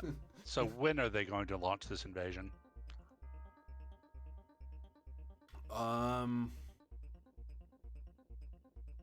Not next month, but the month after. Because they have to send someone to Kaitan to can lead it.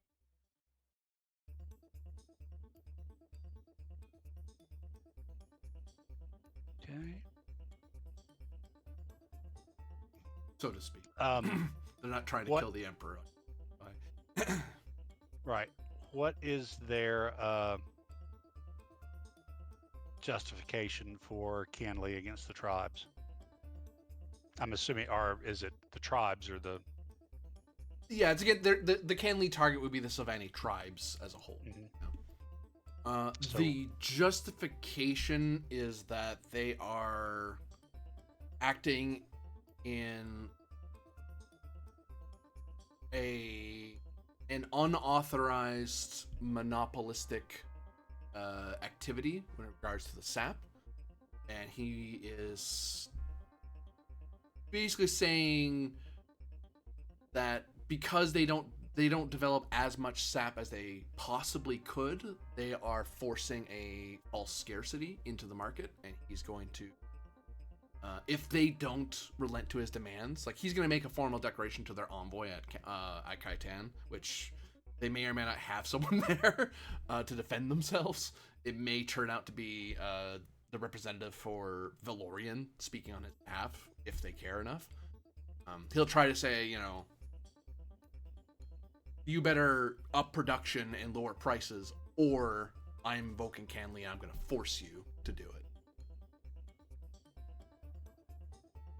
Because that's his BS. Well, it's somewhat justified, but that's what he's using to justify his move.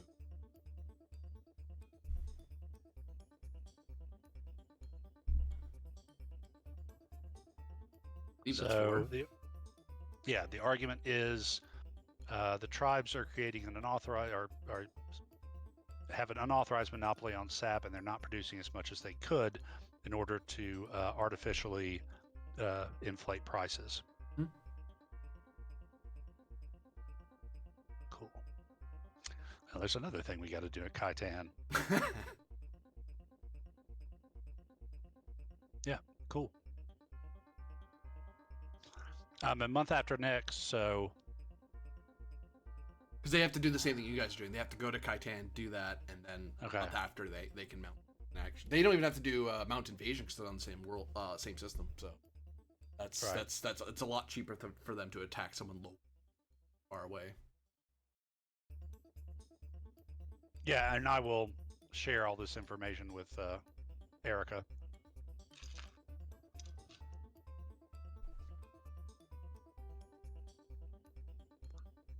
Any other questions? You can spend you won't benefit from hyper awareness after the first point, but you can spend momentum and threat to get more if you want. Anybody got anything to think I ought to ask at this point?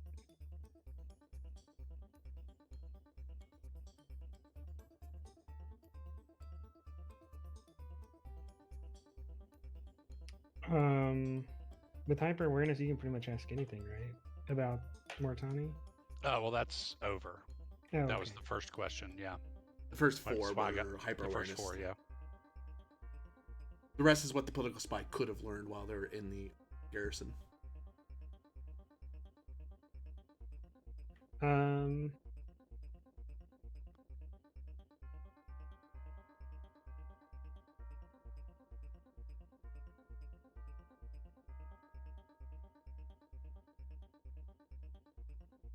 Yes.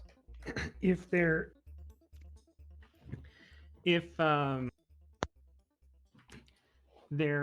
seems to be like a known weakness in the garrison among the people who live there. So not like a military weakness, but like a potential. No, I mean I guess I do mean a military weakness. Well, I mean, because it's a political spy rather than a military spy. Okay. So if it was like you're looking for, potential turncoats or sources of information, or Okay. somebody to open a postern gate. Ask does is House Malvolus confident that anyone will join them in Conley if the tribes also get support from outside actors? Yeah. Sure, I'll spend to ask that. I have to do some calculating on my own. Because what I'm thinking is, we could wait for Malvolus to declare Conley against the tribes. Then we don't need to declare Conley against them. We just join up on the tribes' side, which would, I think, be fine to do so long as that doesn't mean Carino joins on the side of Malvolus. So they are confident that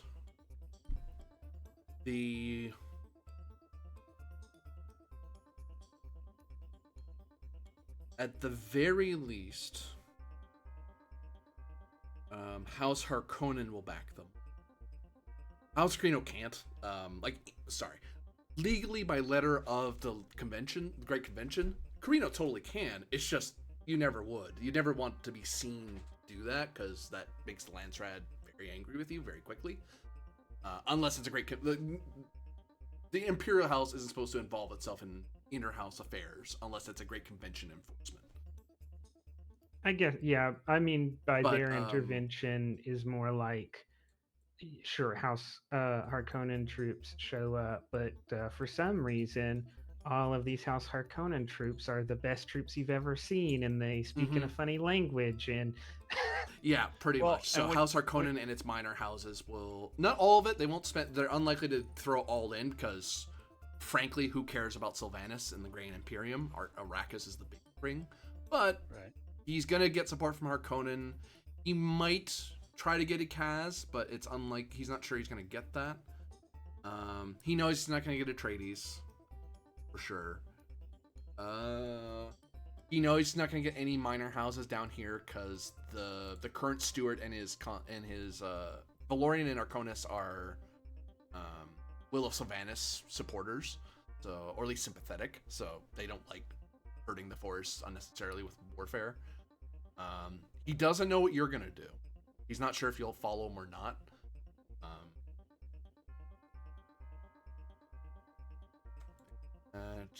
He doesn't have to worry about the Spacing Guild because he doesn't have to talk to them. And doubts the Bene Gesserit will support him because the local Reverend Mother is blue-haired, so it's unlikely she'll. But he doesn't think the Bene Gesserit will step against him either. That's a fair assessment. Let's do the majors because matter for you. All the really minor people are too far away to. So when you're talking about Harkonnen backing, are you talking about actual Harkonnen troops on the ground, or more like money, political support, maybe some materiel? They will provide a huge discount on spice for them. And give them a lot of refined alloys, which will make building war machines a lot easier. And yeah, see, I wasn't worried about Harkonnen troops because Harkonnen troops are worthless conscripts, right? Yeah. I was worried that Carino would use Harkonnen to give Malvolus Sadukar. Because he's not going to do it. They're not going to do it directly. Right. Yeah. But I was mostly afraid that Harkonnen would show up with the best troops possible, and everybody asked to look away at how they got them. Yeah, I don't think we're quite that important on the Emperor's radar yet. He has Atreides to worry about right now. Duke Leto is being a pain.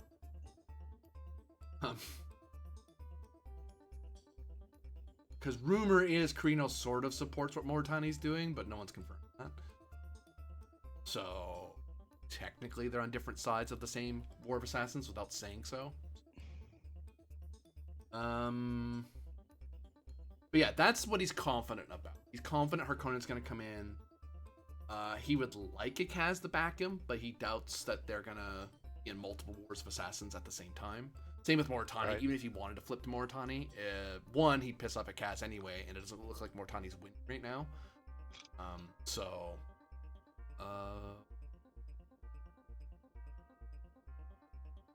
He is mild. No, I'll stop there because you asked me who he's confident of. That's who he's confident to back him.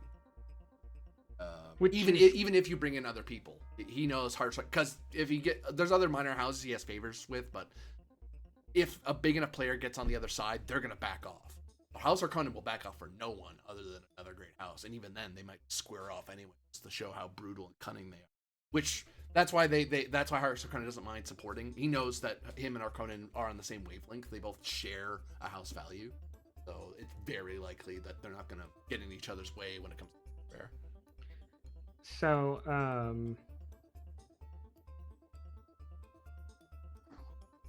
yeah, I'm of two minds. One is, at the next available opportunity, possibly even instead of going to Kaitan, showing up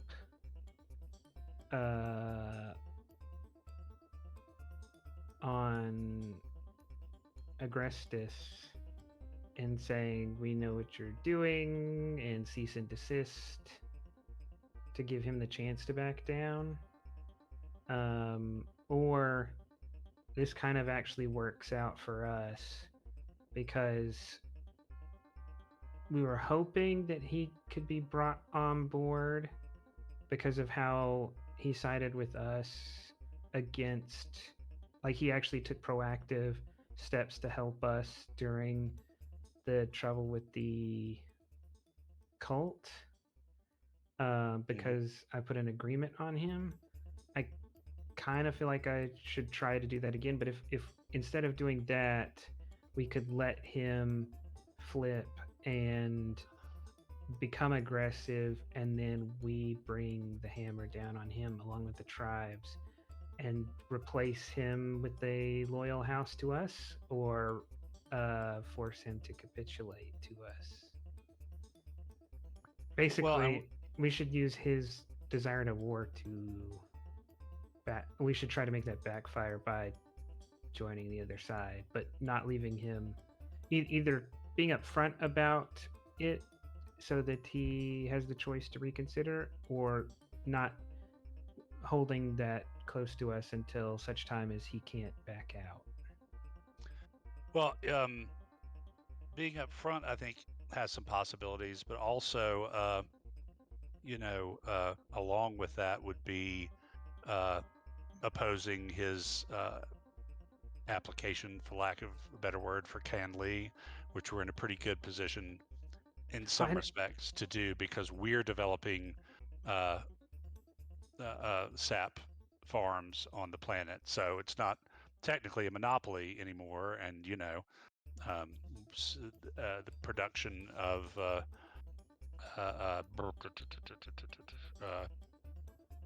sap is going to increase, although in a much more steady and sustainable way. So I mean, we have some ways that we can,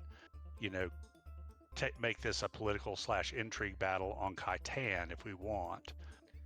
Yeah, and we can do both if we give him the choice, confront him directly, and he says no. Then we can. Then it's not going to surprise him very much. We pop up on Khitan and go, "No, we oppose this, and here's why." Not to mention, we can probably rope in the rest of the houses on Silvanus' system. Yeah, I don't know if I want to defeat him in intrigue, because I don't want to set them back if they disagree with this. If they don't toe the line that we want, then I'd rather this come to a head and end them completely. Like, give them the opportunity to toe the line and accept our place as the new authority in the area, or destroy them, rather than accept our authority, or we will just stop you from doing what you want to do. My concern is that we don't have the military heft we need to do that. In a face-to-face confrontation with somebody whose primary and secondary domains are military, and who's got the backing of House Carino and potentially House Harkonnen. The thing is, the House, those agreements aren't bringing troops in, and while we are not a military house, I personally have been developing us to the place where I do consider us a contender now. Erica has troops on par with the Sardaukar and can make them quality 5.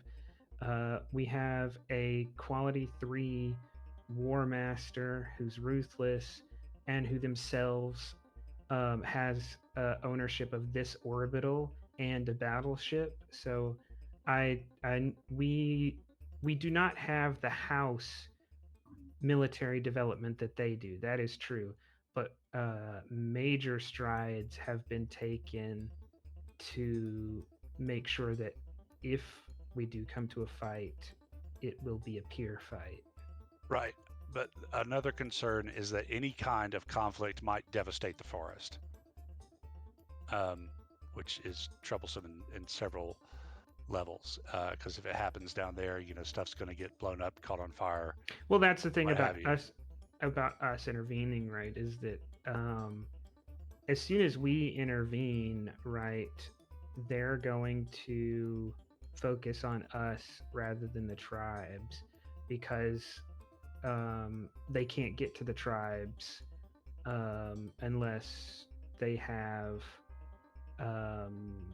naval superiority, right? I don't know. I do think a military conflict is risky on several levels for us and honestly for them. I mean, but if we wind up going that way, we do. I think we might have some better batting averages politically. What's he got in the chat here? I don't think we have any further questions. Oh, no, I don't think so. And I will Winchester ask and I just for argued. I'll ask for the movement of either the personal venture of the marshal or the ruler. I would do skill training in communicate. Why would you ever need that? The fact that we're going into the Viper's nest, perhaps? Well, and they're more like sirens and harpies. Give them some class. So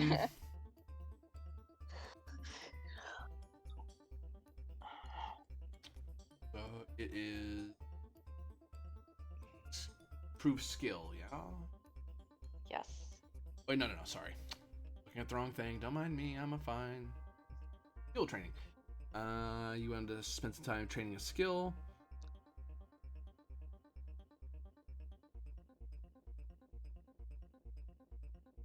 Okay, so you're giving yourself bonus d20s to help to give you a one-time buff. Yes. Yeah. Okay. So it's communication, difficulty at least 1, but the more you get, the better off you are. Alright. I will use duty. Okay. I need to not be an embarrassment to the house. Where are you learning this from? Where are you training? Are you like getting some tutoring at the capital? Or are you going to a town somewhere? Are you going to the planet? I would be seeking tutoring from within the house. So you hire like some personal tutors and stuff to help you, with Kaitan etiquette and protocol and how to take that to your advantage, that sort of thing. Yeah. Sure. Can I? You can take 2 threat, and I'll spend the momentum for 2 dice total. 2 extra dice, rather. Okay.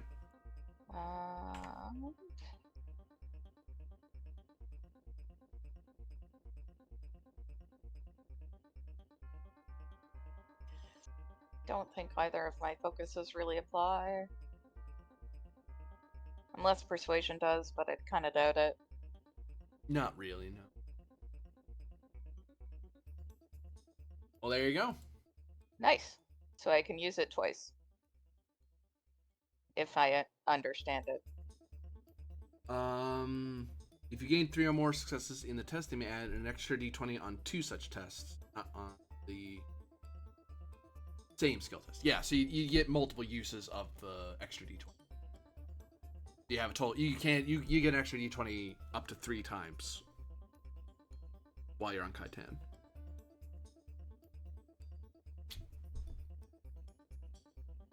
Learn a lot about how to act the courts of Kaitan, which there are a myriad of rules. And I'll give you a tip from rolling that. Even the people serving you drinks probably outrank you. That's probably some noble's kid or the second cousin of House Atreides or something. Everyone who works there pretty much has title to some degree. And even the people who don't have titles, they have the ear of people with titles. Very careful how you talk to people. Gotcha. Especially since you're not a noble. But you're a marshal, so you have some respect. If you screw up, you're gonna spill all that wine on your Falsgrafen shoes. Because they'll yell at her for your misconduct. Which Which If is you're lucky. exactly why I got the skill training, so that I Yeah. wouldn't screw anything up. All right, Falsgrafen. What are you up to of a Um, personal nature? Trying to double check that there is something in Dune that is effectively a hologram called the Solido 3D projector to project 3D information written in a sugar wire. Mm-hmm. Yeah, yeah. Okay. Then I am going to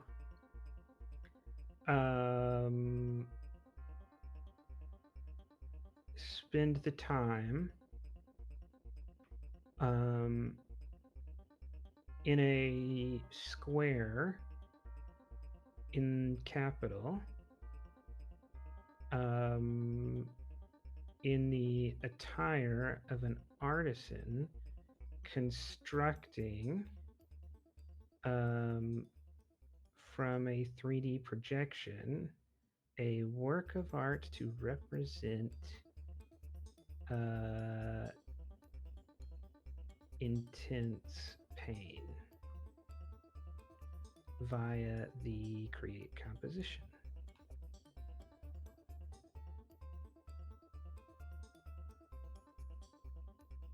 Because beauty is one of our things. It's true. So I'm going to go be sad in town and show everybody else how sad I am. I'm going to make them sad as well by looking at it. Hopefully, if it happens. I will.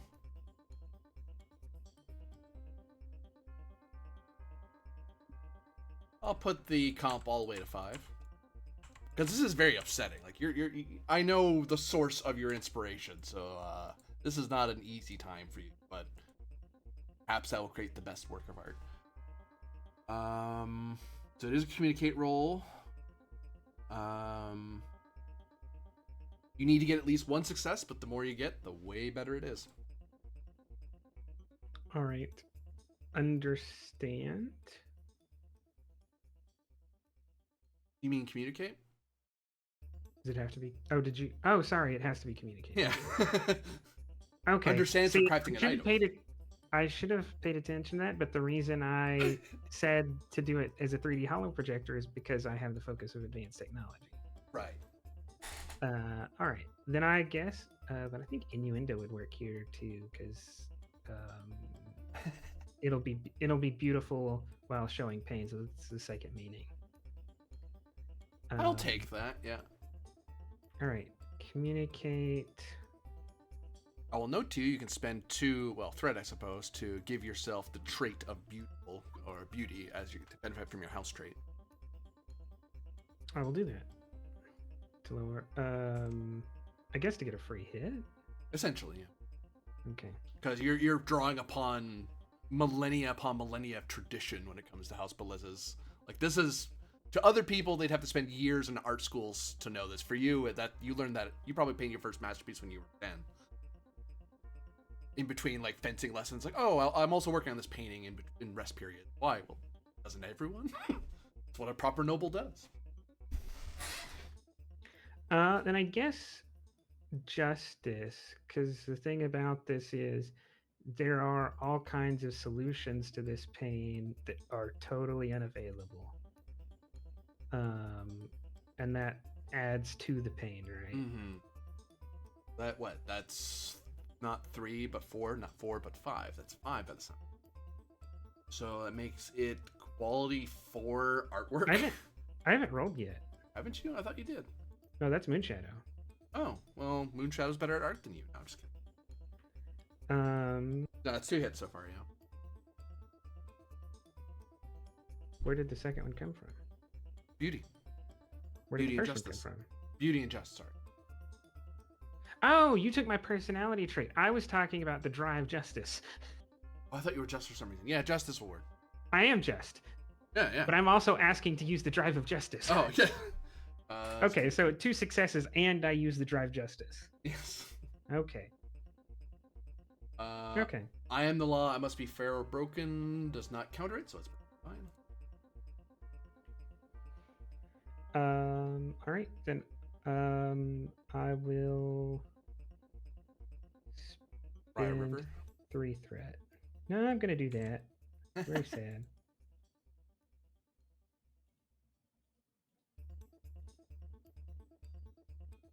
Well, 1, 2, 3, 4, 5, 6, 7, 8.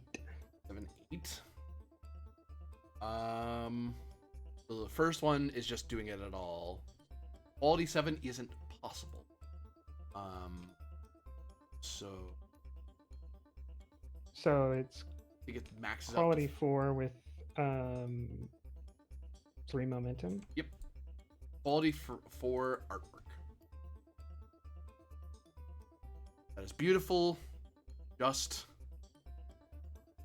It's beautiful and sad, I suppose. And the third one is what kind of artwork it is.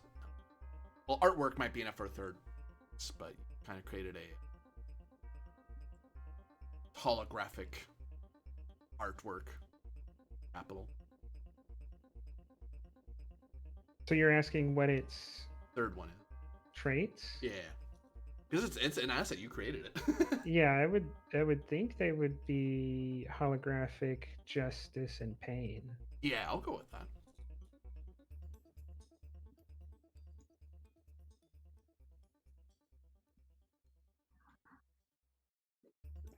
Well, there's an asset to have.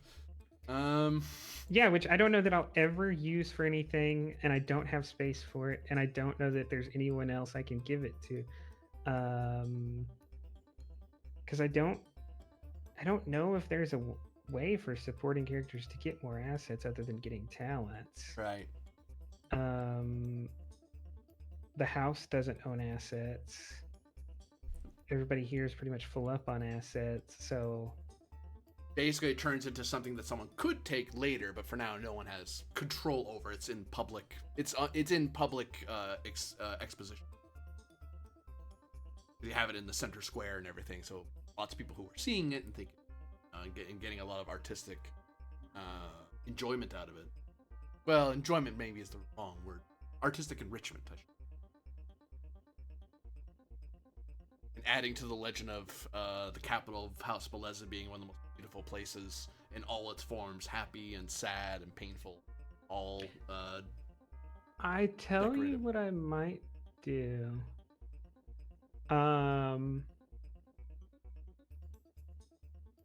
Open an art studio. No, I may swap out the asset supply contract with the guild for this Ooh. and either let Jamie take that or let it expire. Being that now Erica is fully this is another this was the straw that broke the camel's back on Erica wanting to have anything to do with the rest of the Imperium. So we're now full scale into developing things locally, and part of that is now we're still a producer of highliners, but I'm letting the favorable terms with the guild go because that's too much of a demand on me. You have room to take up that asset. I do, but Want you it. That's said the it other was, thing. it's a guild asset, right? It's supply contract, quality 2, keywords, long-term production, trade, and scarce, and it's we've been using it as our contract to build highliners at favorable terms for us. Sure, I'll take it. Supply contract, you said? Yep, I'll put the things in chat. Go ahead. GM, Yeah, I'll can you put transfer- the things that statue was in chat? No. I'll transfer it over to myself, see what I can do with it, maybe. Oh.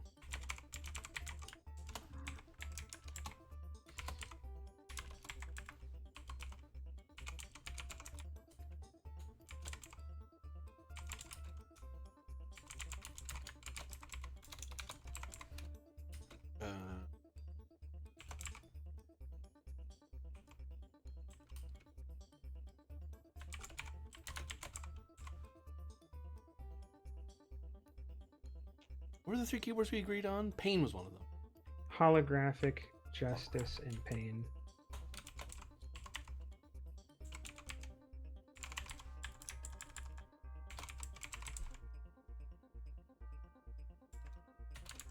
Alright, I got that saved.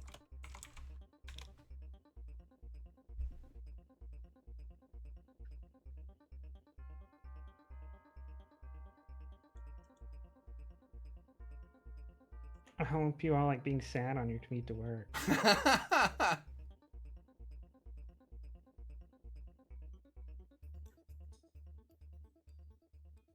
So, 4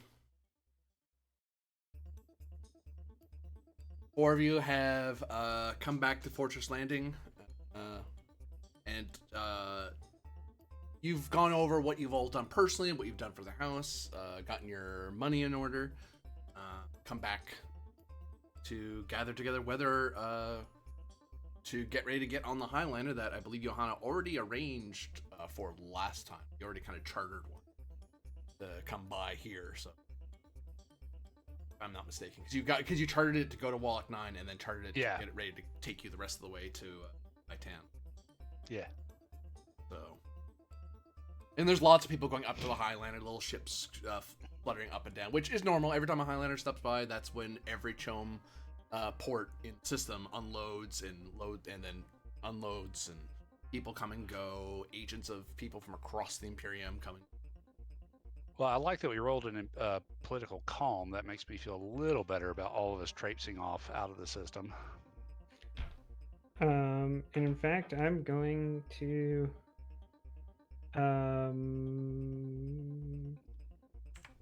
go back on what I said because of how dangerous this Malvolus thing is.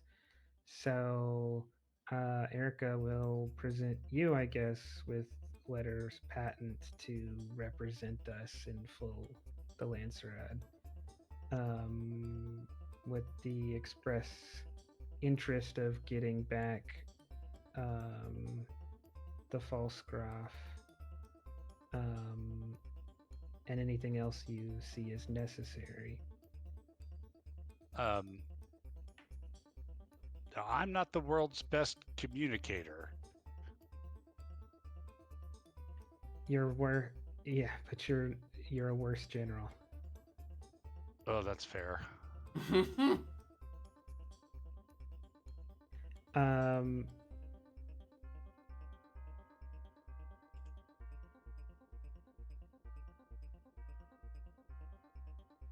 I really don't think Erica can afford to send Galia with you.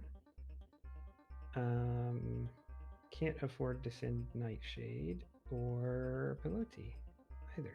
So I guess Peloti can't go. He's not an asset of mine, so you can't take him.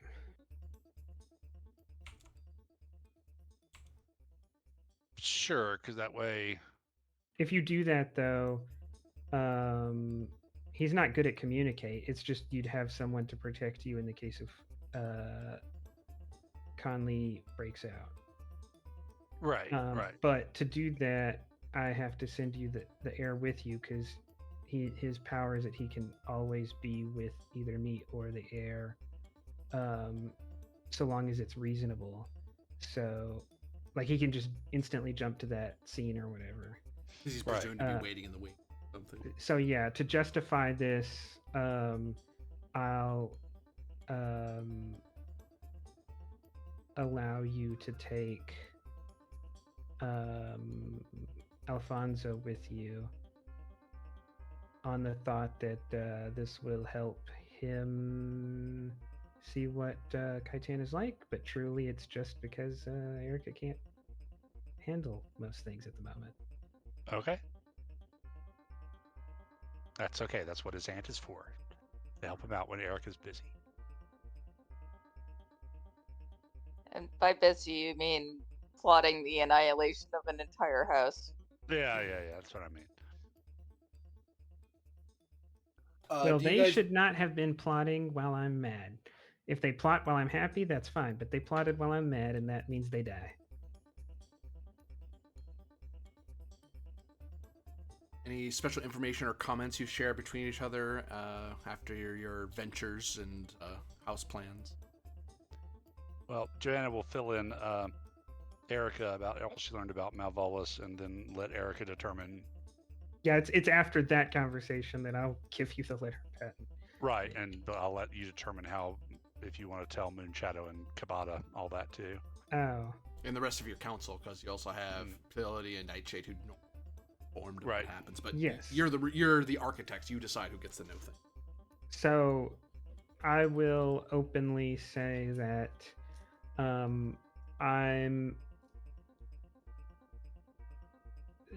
that the false graph is important to me, but he cannot be as important as our entire house. So I have to rely on Johanna to go to Kaitan to convince the Lancerod to help us get him back.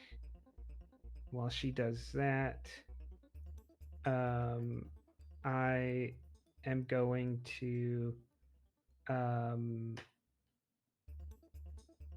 take the measure of House Malvolus, and we will either try to stop them from interfering with the tribes, or we will try to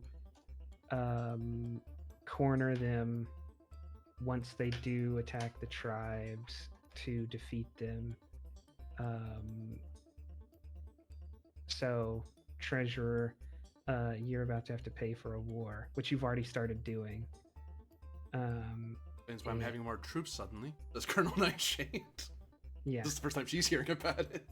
So everybody, you're basically letting all the architects know what's up. Yeah, that Okay. there's like a 90% chance we're going to war, but not with Alaka. Right. And a 5% chance that we go to war with both Malvolus and Alaka, and possibly the Beni Talaxu, all within a month or two. So We should totally avoid that. Yeah. that's why I said that 5%. That's not an intention. That's not some. That's if we decide one episode all we're gonna do is roll complications. Right. So I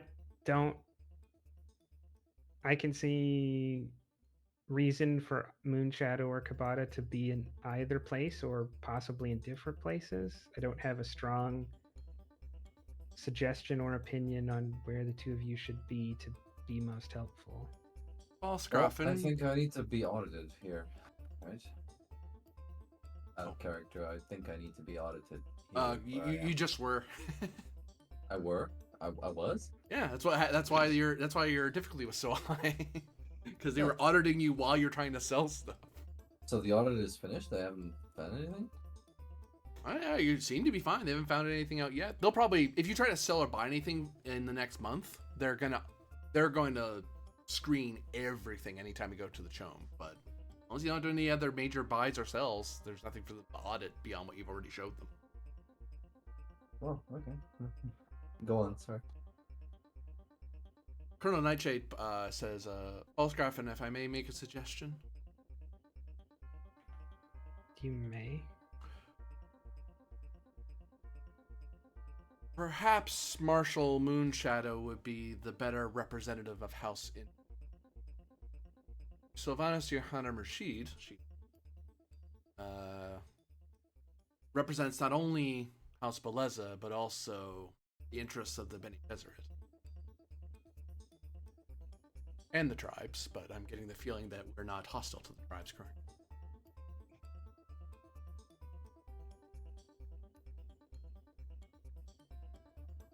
The point is well made, Erica. The even should I divest myself of my Bene Gesserit robes and dress in house uniform, my very existence as a Reverend Mother will taint anything I say with suspicions that I'm also acting on behalf of the sisterhood in whatever we're doing, which could create some other conflicts. And it may also benefit me to have a little bit more freedom of movement and conversation as a that I would have as a not the direct representative and petitioner of the house. I can assist the marshal with any of our representations that she wishes me to, but to do my job as spy master, it might be better if I were as backgrounded as possible. My only concern with that proposal is I have no rank, and that may pose a challenge depending on the scenario. Erica says, Millie's thoughts are in line with mine. Whatever complications you bring, you are of House Bellezza, Johanna. And I look across the table, though Peter is, I hear, now open to marriage. So perhaps Millie could become a member of the family out of convenience. Who did you say was open to marriage? I totally made up a name, Oh, okay. but I went for a italicized Peter. Some Oh, I random see. relative that's nowhere near being the heir. Well, I mean, yeah, come on. I thought like a first or second cousin Well, around as Joanna's close available as for Johannes. marriage too. Jeez, thanks. Your Reverend Well- Mother, no. Yeah, no, I'm pretty sure That would that's- complicate matters more I than know. simplify. Yeah, because people would be totally thrilled with a Reverend Mother being a house. That won't make anyone mad at all. Right.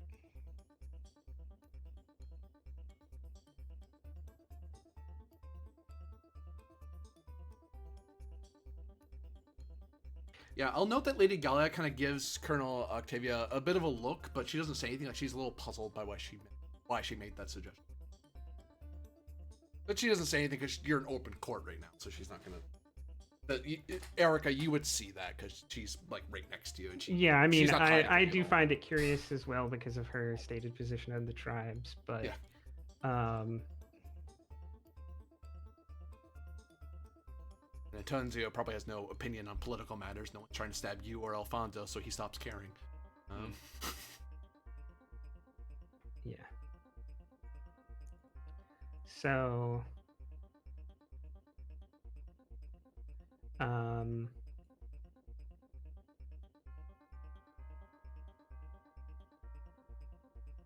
I'll say the offer of marriage is merely a lighthearted suggestion. Do not take it with any weight unless it is something that you actually desire, Marshall. And unless such a thing were to occur, then perhaps, Johanna, you could make great use of the Marshal in speaking on the house's behalf, but officially, I would have to send you as the envoy, even if you do have Millie perform all of your tasks as envoy. As you wish.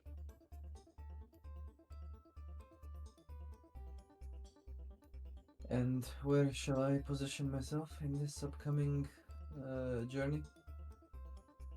You seem to have a golden touch regardless of where you are. At least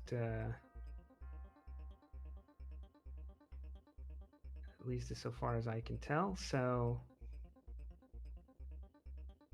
anywhere you can facilitate profit and financial well-being.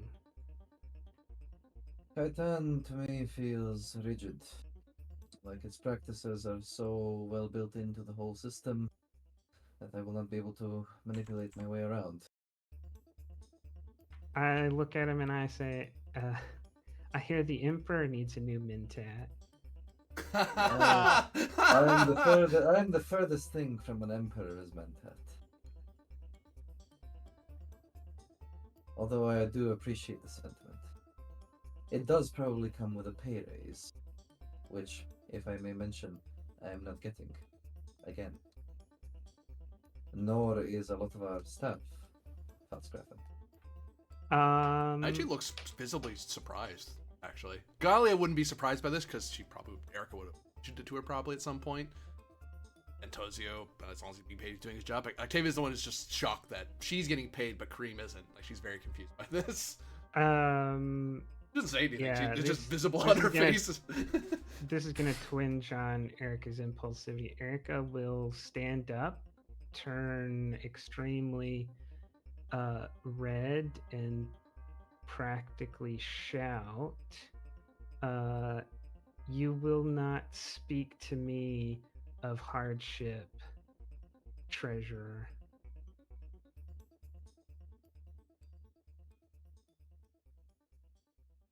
Very Before well. kind of taking a moment and sitting back down. Very well, Your Highness. It's not hardships, but I'm afraid in this case, stone cold facts. We are funding various ventures, and I have had to sell my personal spice hoard to fund even more. I will not be able to do this forever. Even my patience has its limits, Hatsgrafen. I am telling this to you in a good-natured fashion. Consider your further actions and who is getting paid.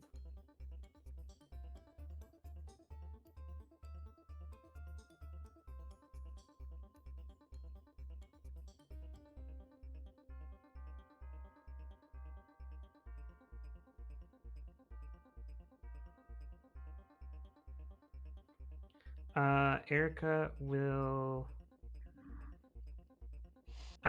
stand back up, adjust her uniform, go look out a window, turn back around and say, "Farewell, treasurer. I think you're most needed on Kaitan, and I think you should go arrange for that travel now." At once, Your Highness. As he's allowed to say no and speak his mind, but there's a limit to how much Erica can tolerate in one sitting of being told no and speaking your mind. Ruth, GM? Yep.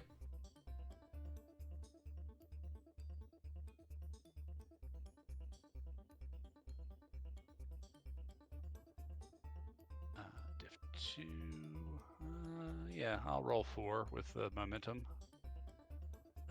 Focus and espionage. I'll take it, yeah. Well, fuck a duck. You wish to suffer that complication, or? I don't know that there's anything I can do to. I mean, can you get an assist? Certainly Is it- can, yeah. Sounding like Yeah. this was offered to everyone. I'll assist.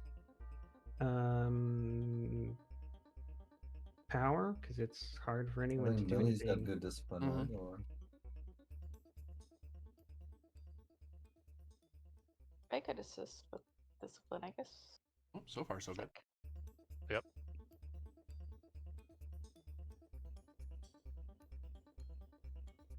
Give me another comp. Come on. Good thing Joanna didn't have to roll much today. Good Nice. golly. And yeah, I'll buy off the comp. Pursue threat.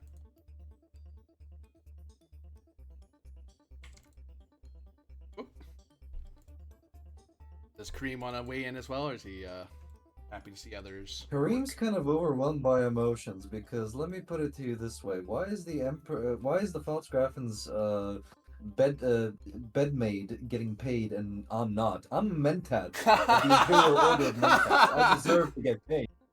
Well, you But could have gotten crying paid out if you loud, just no. said I'm getting paid. You had the power to say I'm getting paid. It would have screwed us over, but you could have said it. Yeah. So Joanna was like, no, I need to pay spies. Pay me. between the various assets,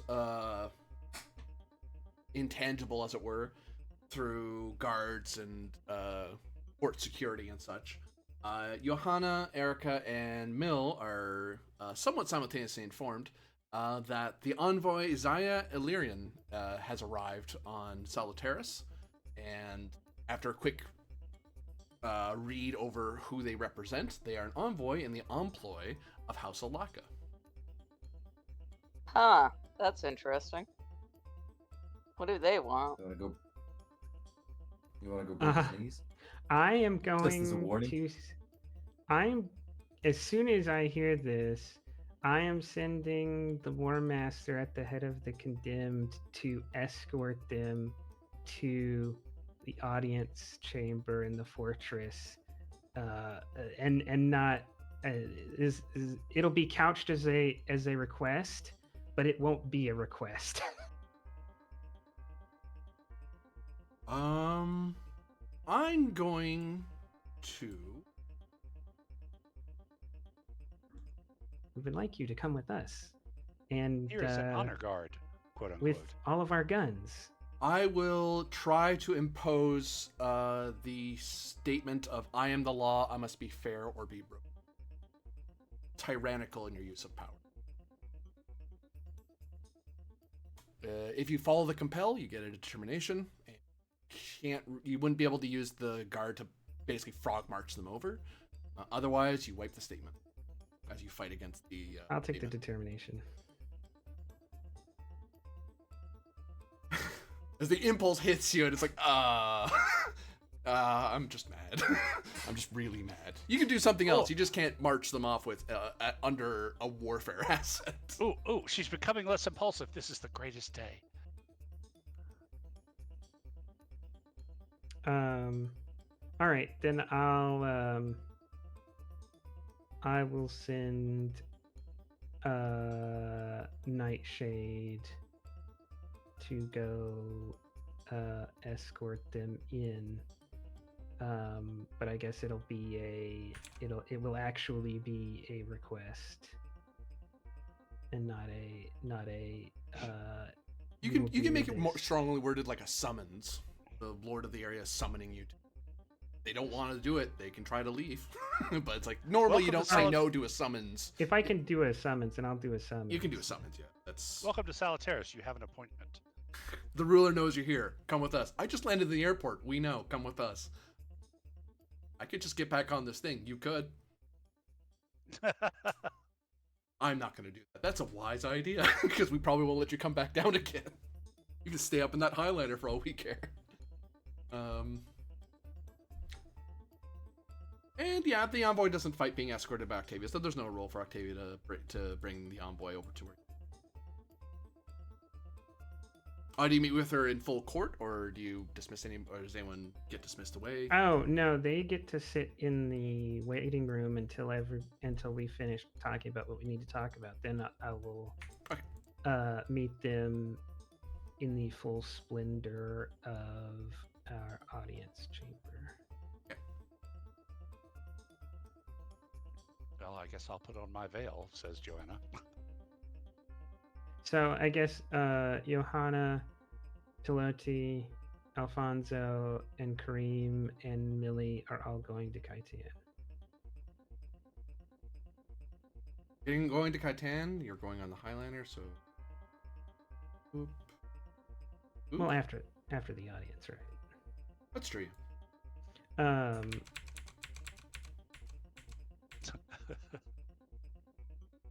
With Johanna being our envoy, unless Millie wants a shotgun wedding. I'm good. All right. Just thought I'd bring it up, you know. Well, they can marry No into pressure. the Moonshadow tribe. It's just for some reason, now that the idea's hit me, during random no. council meetings, I just need to have my cousin present so he can give his side of the family's opinion. On the house sheet, I made a list of known named house members, and I put Piter on there. That's a new venture I'll have to work on. Matchmaking. Where'd you put this person? On the bio sheet? and info section You did? of the house's character sheet. Oh, I just have to...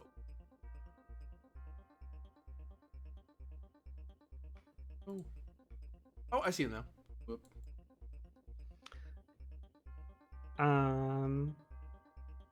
So, do we have anything left to discuss? I don't think so. Well, and depending on what happens with this meeting, who knows what might change for All our right. mission to Kaitan. Then we will meet them.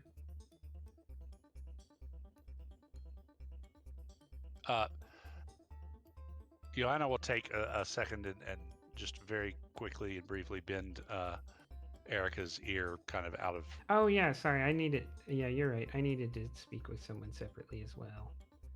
Okay. I will dismiss at first everyone but Galia and Nightshade, and then after I leave that meeting, I imagine is when you'll corner me. Yep. And Joanna will just kind of very gently, say, I know that you are righteously mad, and there's every reason for you to be, but try and keep your head in this meeting. I suspect that new information is about to be laid upon our table.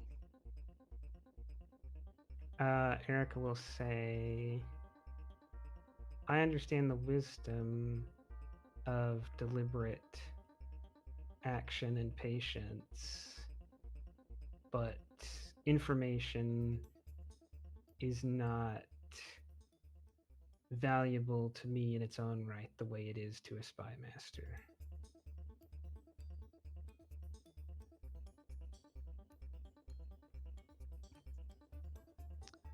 Understood, but information can reveal things about reality and the truth that one is unaware of, if one has the discipline and patience to hear it. I just ask that you consider what this envoy has to say carefully. It may be that nothing in our plans change, or it may be that our plans accelerate, but I'm not sure what to think about this sudden appearance at this exact time.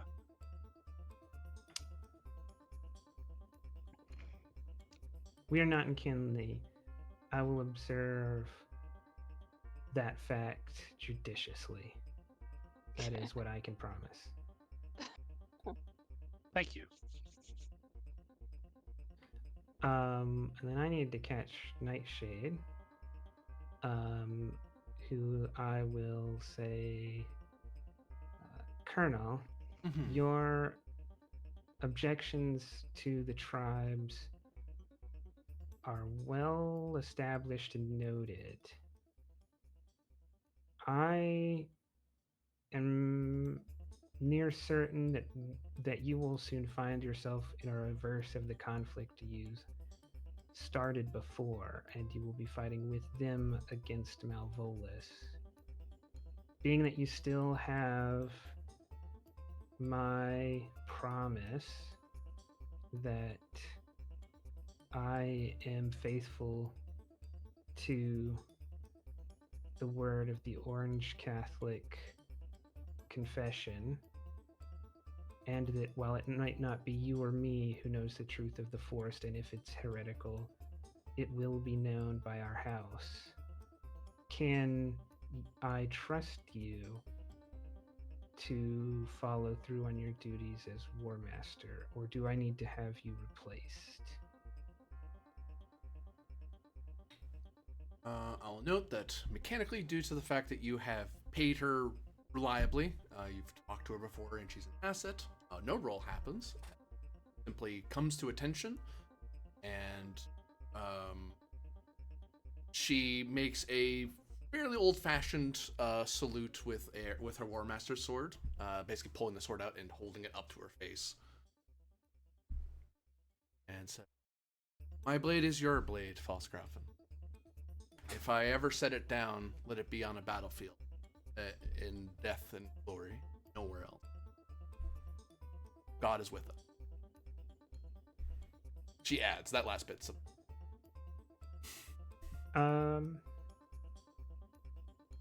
Gott mit uns. Yeah, I want to pull on some Orange Catholic phrase to basically say, your sins against me, I forgive them. Not as a actual clerical thing of providing absolution, but as a general saying among the faithful that, right, um, I respect you. She sheathes her sword and stays at attention. Words honor me, Falscraft. And then I will head to the audience. Just had to double check on that. Didn't I realized as I was planning all this that my War Master was about to probably kill us all because Reasons. yes, because we hired her out from under Malvolus to kill the tribes, to fight with the tribes to kill Malvolus. And that her loyalties may be in question. The things I'll do for a quality 3 art asset. As Envoy Zaya Illyrian steps in, you see that she is a dark-skinned, mature woman, about 30s, 40s or so, dressed in resplendent attire that harkens back to Alaka's forests and trees. And Johanna, on seeing her, you recognize her as someone that was being tutored in the Bene Gesserit on Wallach 9. So if she isn't a sister, she is an asset of the Bene Gesserit. Know that upon seeing. She just doesn't call herself that, so she's as much a sister as the Princess Irulan is. You know what I mean? Right.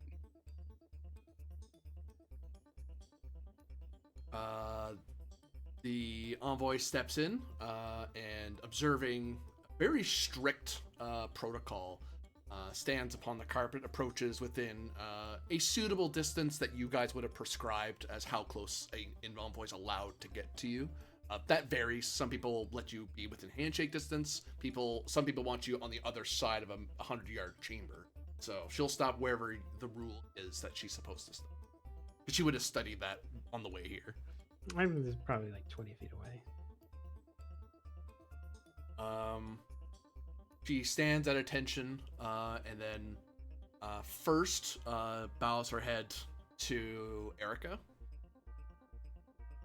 She then turns her head and bows it to Johanna as the Reverend Mother, who's present.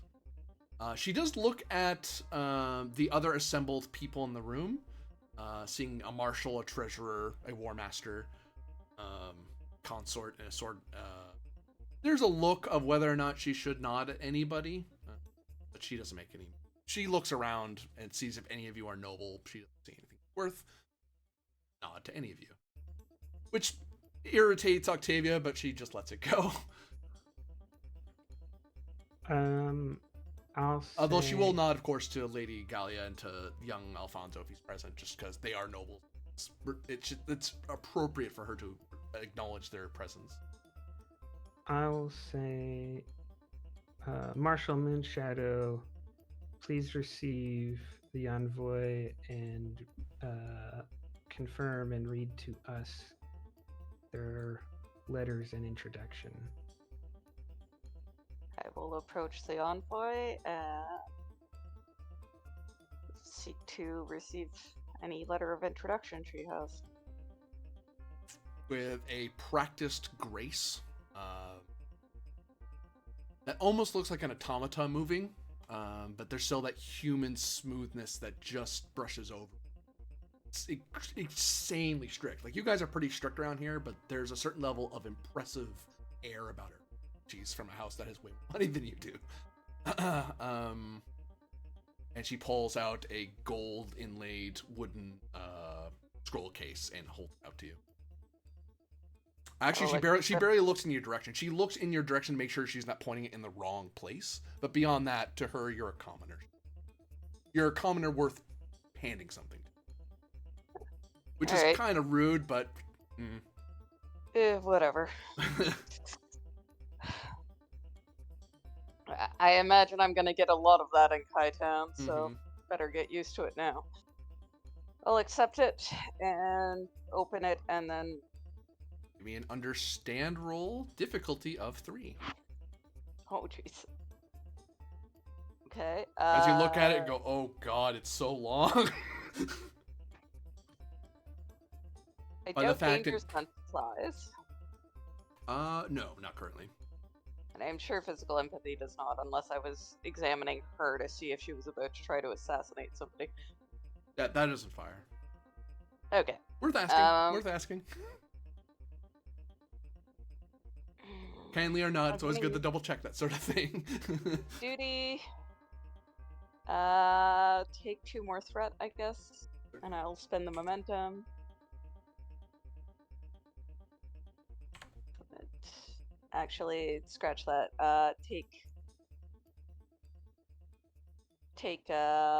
I'm gonna buy up to a full mint, so. Okay, so I need 3 more. Yeah. I just realized I don't have a focus, so if I want to hit. Oh, okay. Holy shit. Sorry. There you go. I was not expecting to roll that well. You read over the document, and it identifies Envoy Zara Aliran as a lawfully entrusted envoy of House Alaka. She has been sent by the current ruler of House Alaka, whose name is the GM at the moment, because the original ruler died recently because of a certain raid that happened. But you see that there's confirmations that this person that new ruler has been justly recognized as per the laws of the Landsrad and the succession, etc., etc., etc. It gives letters to indicate that she is she has letters of recommendation from the House Alaka, from House Akaz, from the Bene Gesserit, and by the Facing Guild. Basically saying that she is a envoy of repute, that she's not, which usually you kind of need to prove you're not an assassin or a criminal or something. You need to prove that you're someone important enough to talk to. She herself is a lady, but she's of House Illyrian, which is a nascent house. So she is a noble, but barely. Her reputation is from the recommendations, not her house. Her job is more important than her house, basically. So could we assume that she's probably married to someone in House Alaka? No, her last name hasn't changed. She isn't married to anyone in Alaka. She just works for them. Okay. She's not even under Alaka's vassalage. She's employed. Okay. By them. And I will tell you, mechanically, she is employed the same way that Antanzio is employed. She's a very expensive supporting character to have around, to put it that way. What else would you see in the letter patent? You did nail it. The reason of her visit, she has been sent by the ruler of House Alaka to warn the Falsgrafen of Salutaris of an imminent threat within her sphere of influence. And she's authorized to carry back any missives and communications to the leader of House Alaka, etc., etc. Various other things that there's a lot of panoply around it that it makes it hard to fake. And as a marshal, if this is a fake, it's a very good one, eh? The Emperor's own scribes did it to fake it. Like it'd be so expensive and such a time-consuming thing. And they even observed like little legalities that you guys have about acknowledging that a certain type font was created by so-and-so. This particular picture was painted by so-and-so. Like it's things that normally no one else cares about, but you guys care a lot about that. So this is probably like a quality one letter of recommendation. Goes above and beyond what he needs to do. Okay. So I will read it all out. And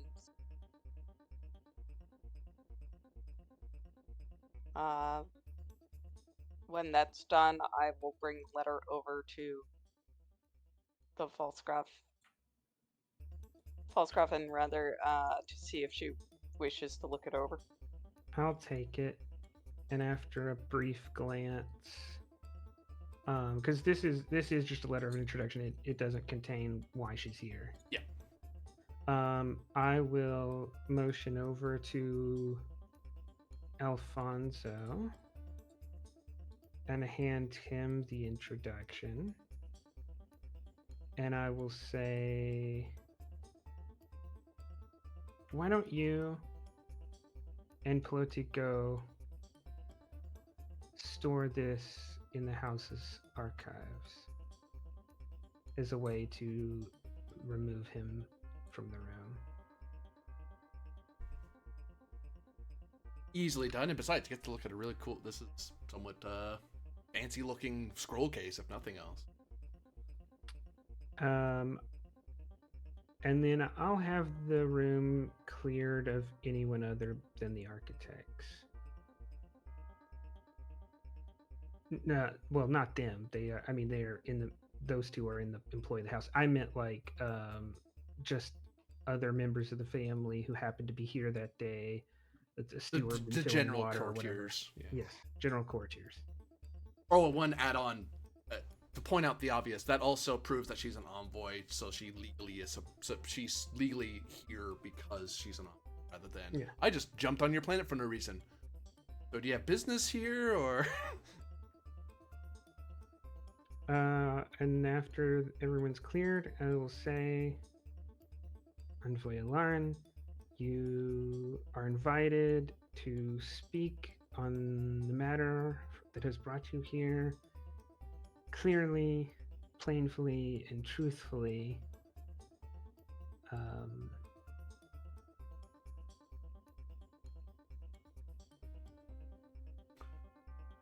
Yeah, that's what she'll say. Falscraffen, I come to you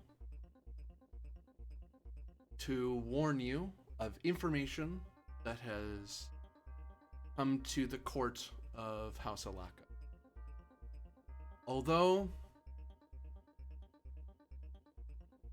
our interests are different sides of a conflict currently, it is of great importance to my lady that the conventions and security of the Imperium are held in the utmost respect, even in times of struggle.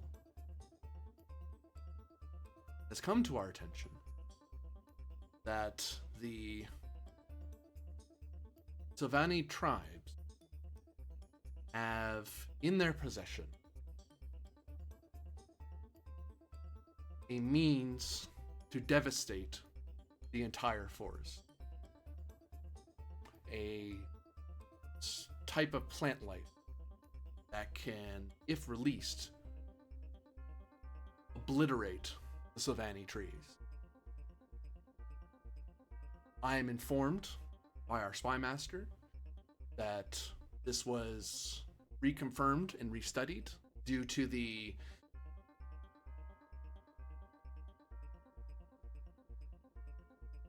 uncharacteristic nature of this weapon, since this would work against the interests of the Silvani tribes. But our intelligence, or the house's intelligence, suggests that this is in fact in their possession. The only thing that we are currently lacking is whether or not the chief of the Silvani tribes knowingly knows of this and knowingly supports this violation of the conventions that we have all agreed upon for the good of mankind. Inform you, because it is of my opinion that you have the closest relationship with the tribes, and we trust upon you with that relationship, that if you wish to involve your steward, other such persons, that we trust your judgment on this matter. We believe it inappropriate for House Alaka to intervene unless you would request it of us. I personally believe we'll not do that, given our current relationship. But that is the information I have. I also have copies of our intelligence, should you wish to peruse it, or any of your agents do so. Thank you very much for hearing me, and will do my best to answer any questions you may have at this time. All right, I'm about to be a little bit impulsive. I apologize ahead of time. Erica is going to stand up and Oh Lord, slowly bless the walk maker in his passing. to within like a few inches of the envoy, assuming that her discipline will keep her from moving. And I will say, so that only she can hear me,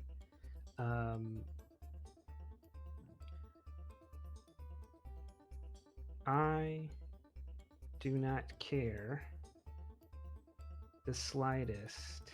I would burn that forest just as I will burn your house unless you give me my husband back. You are alive only because the convention demands it, and I am moments away from violating every convention.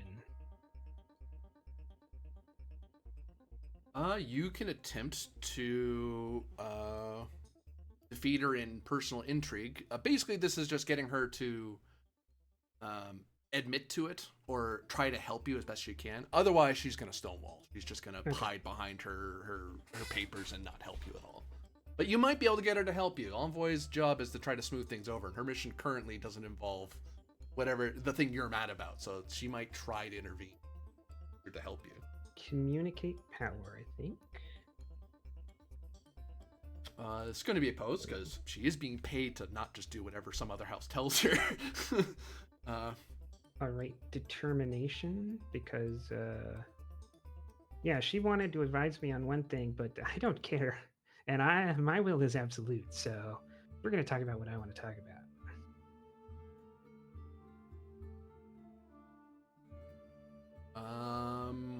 She's Why is going to the spend happy music playing? Huh? It's the happy Ren Fair music. Espionage and intrigue battle music. The other one's a little too fast. This because the alternative was that. Can Let's see. I argue for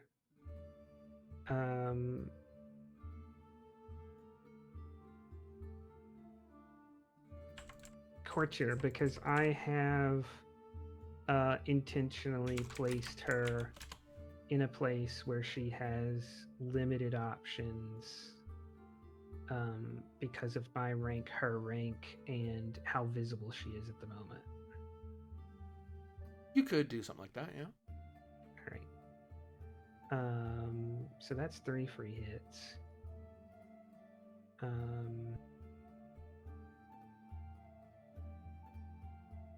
And I will spend 2 off the table and give you a threat for the remaining dice. I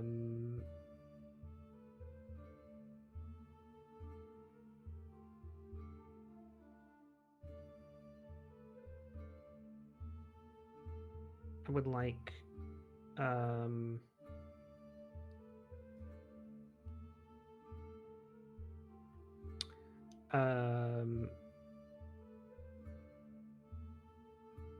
potentially to use some combination of House Retainer War Master, Fortress, and House Retainer Consort, because all of those things are present, and I think at least somewhat involved in the situation, in that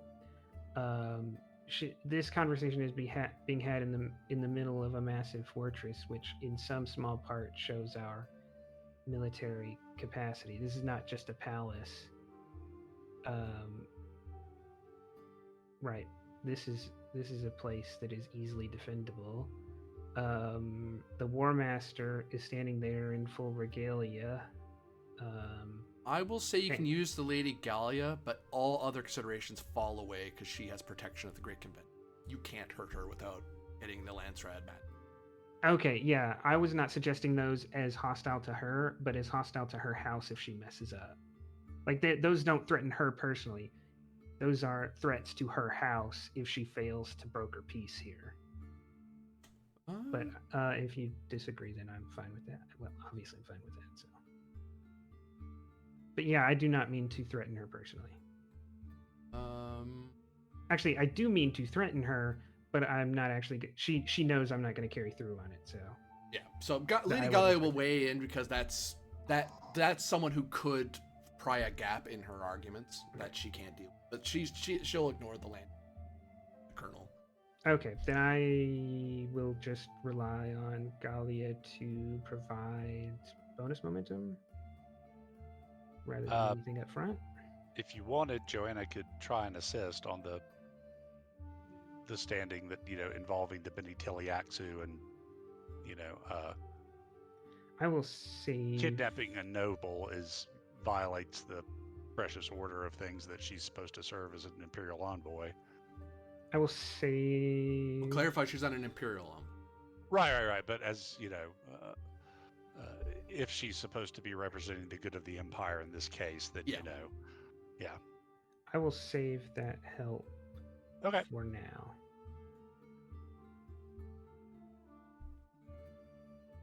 I can't always be going against you when you're being impulsive.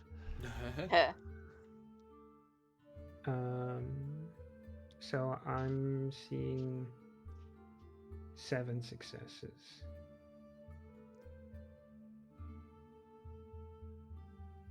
One, 2, 3, 4, 5, 6, 7. You've 9? Yeah. How does she get 9? Because she has Oh, sorry, it's on GM side. Sorry. See that roll? That's I have an 5, advanced 3, point. 2, 4, 12. Wow. Okay. I just So roll I will amazing. use determination that I got from earlier, resisting that, to re-roll 3.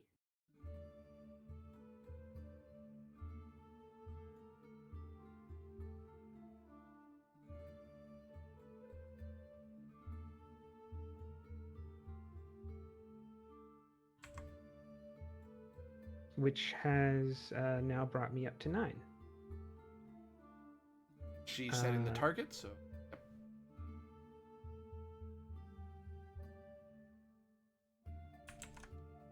Oh. So do I need more, or? No, you got her. Okay. So you do 2 damage. Oh, actually, Gallia's involved. What quality of 2. person is she? That's 4 damage to her.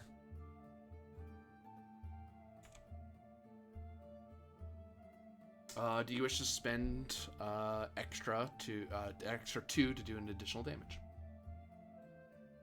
No, because her communicate's going to be 8, so we'll hold on to it right now. Do you guys wish to keep for someone to immediately say something before the envoy can say something back, or? Yeah, this is where Johanna can probably read the situation and step in, right? Because you could just attack her directly on your own, rather than Okay.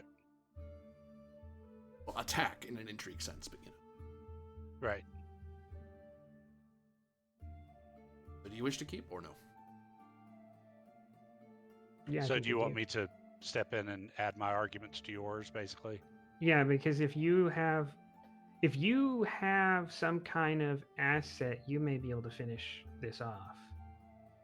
I don't know if you alone, because you alone could at most get to 7, but if you have at least a quality 1 asset that you could bring to bear, and you succeed, you could pretty much guarantee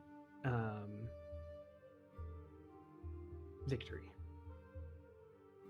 So yes, I would spend that because you may be able to finish this off. Yeah, I don't know that if I have an asset to bring to bear. I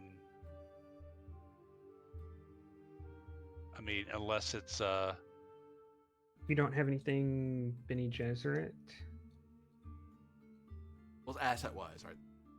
That's what I mean. Do you have any Bene Gesserit style asset?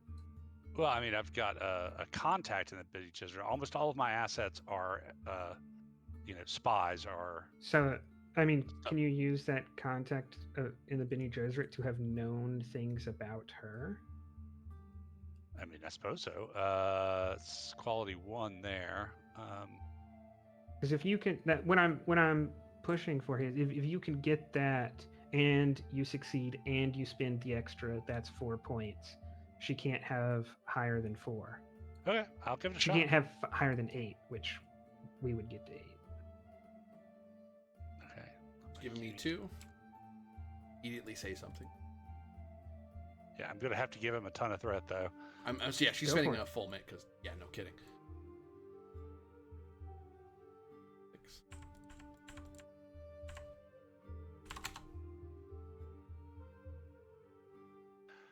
All right, so can I use my Bene Gesserit contact in that regard? No, it's a trap. No, you can. Yeah, it makes sense because Okay. that argument does make sense. That you may have learned more about the Lady Illyrian than the average person would know.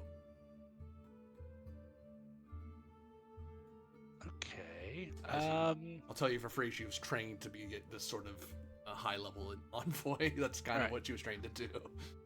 Okay, so this has something to do with Silvani itself. So does other memory kick in? No, this is a recent development. Ooh. Worth asking though. It might have been Yeah, an old weapon for all you knew, until you asked that's that question. true. Okay, I'm not going to use voice on her because that's a bit. Okay, so yeah, I guess I will buy a full mitt. So take 6.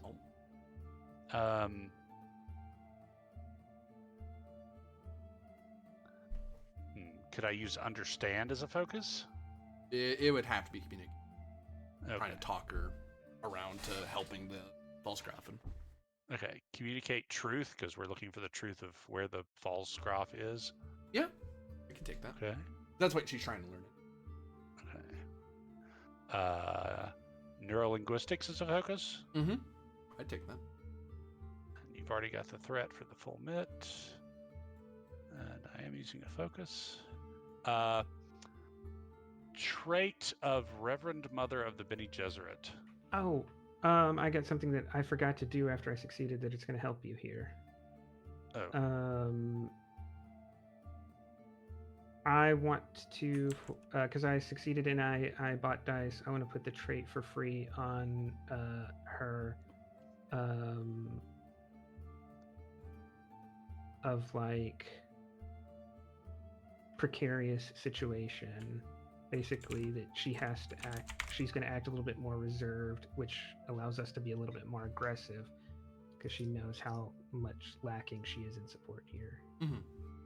I'll take that. So then there's an advantage for you to use. Okay. And trait of Reverend Mother. Yep. Okay. That does matter to her. You guys know how I've been rolling today, so here goes nothing. I mean, you're pretty stacked here, so. So you say that, but 2, 4, 5, 6, 7 total? I guess 3 rolled a 17. Didn't help.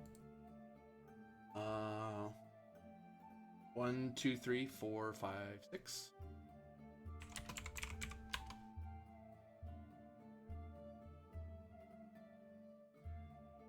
Yeah, that's right. Yep, you got one more than she did, so carry momentum. 3, because you have a contact, your quality of 1 thing. Okay. And the intrigue stops there because her skill level was 7. Okay. Oh, sweet.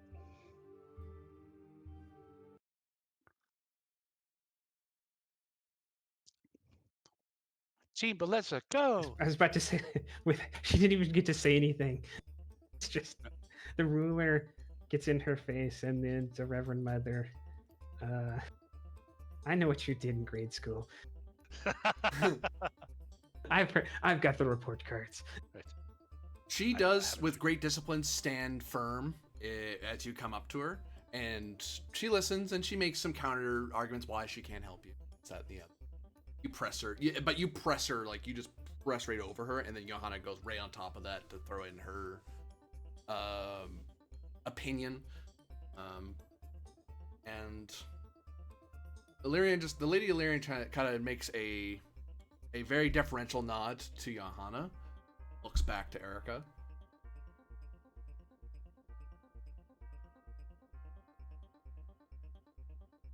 I have not been currently authorized in the exchange of persons or in the care of my lady. However,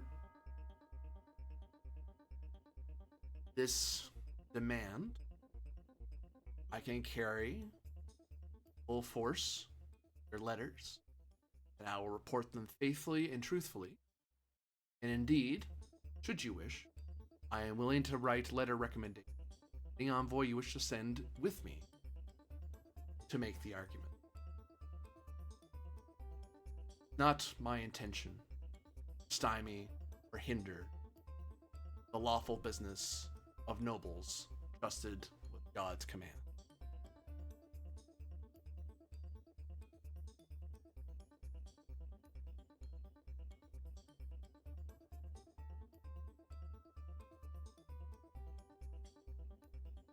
And you can sense She, from her as she's speaking that whatever the thing you're asking her for, she doesn't know what that is, but she that's gonna be my believes that question, you know right. that, so she's kind of trusting you that you're right. And I should try to help you with that. That actually sounds pretty serious, but she's being very careful how she's wording things because she's in open court. Well, she's in a closed court, but still, there's a lot of non-nobles, so she's being very careful.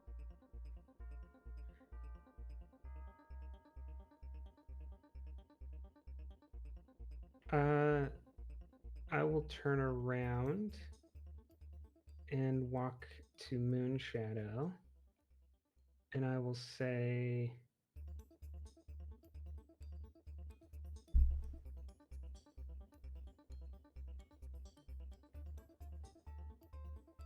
without pretense of rank, Millie, I need you to go to Alaka under great personal danger and retrieve my husband.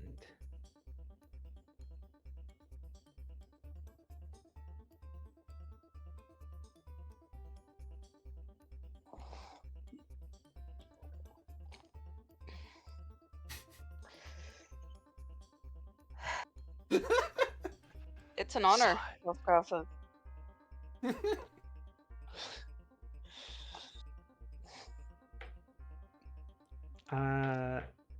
Erica says, I do not pretend that you do not go with your own life in your hands, being that before you get there, Johanna could have already entered us into Conlee with them, and you could be the first casualty. So, when and if you return with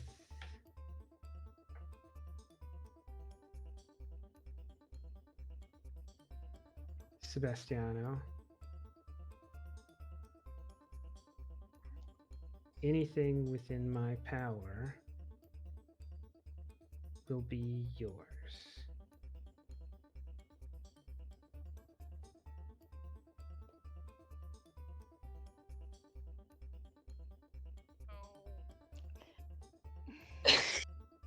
Sorry. Was that Johanna I heard saying a quiet no? That was that was Joanna's player stretching his legs and going, "Oh, sorry."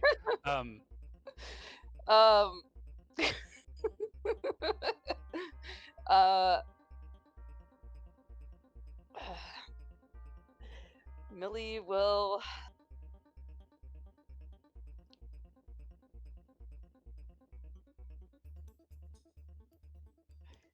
clench her jaw and nod.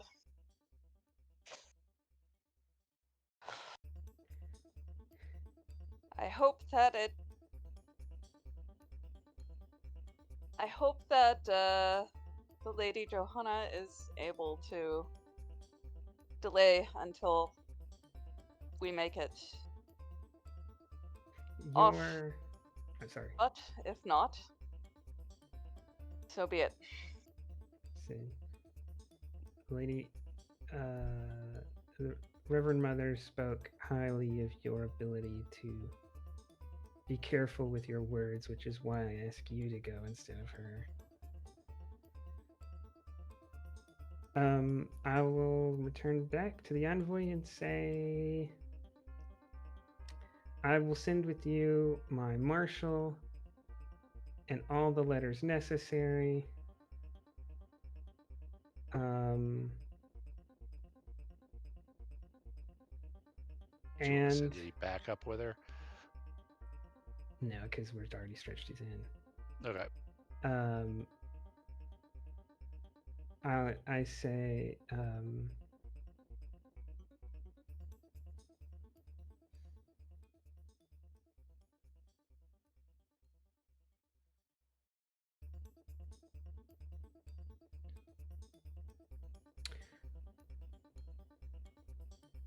I will be straightforward with you that the cost of failure here is momentous. By the time you arrive on your home world,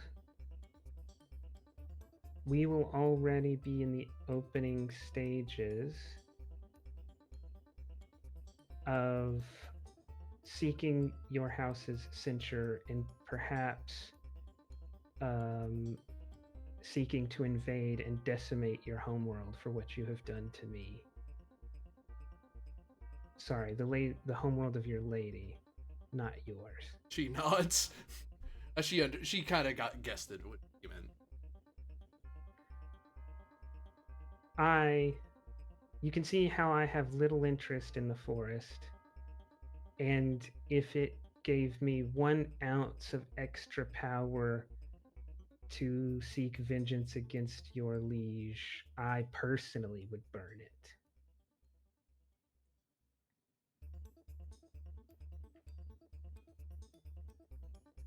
I think that is an efficient message that you can transmit.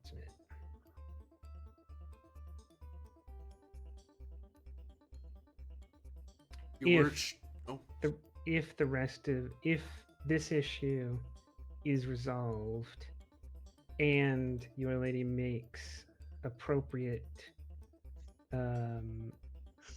apologies and compensations,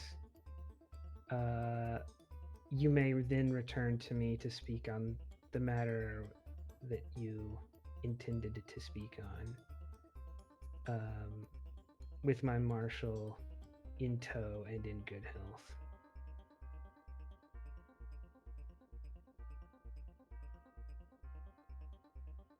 Your words I have heard, faithfully recount to my lady. As I imagine your marshal will, of course, where to do my duty. Any noble lady should. I can offer some minor comfort that till such time as she is presented to my lady, she will enjoy the protection of envoy. But if what you say is true, and I believe it thoroughly, I cannot answer for the actions of the spy master, should. And I understand that the marshal here may run me through upon a command, so each other, the interim, hope peace prevails. There's too much death these. far too much.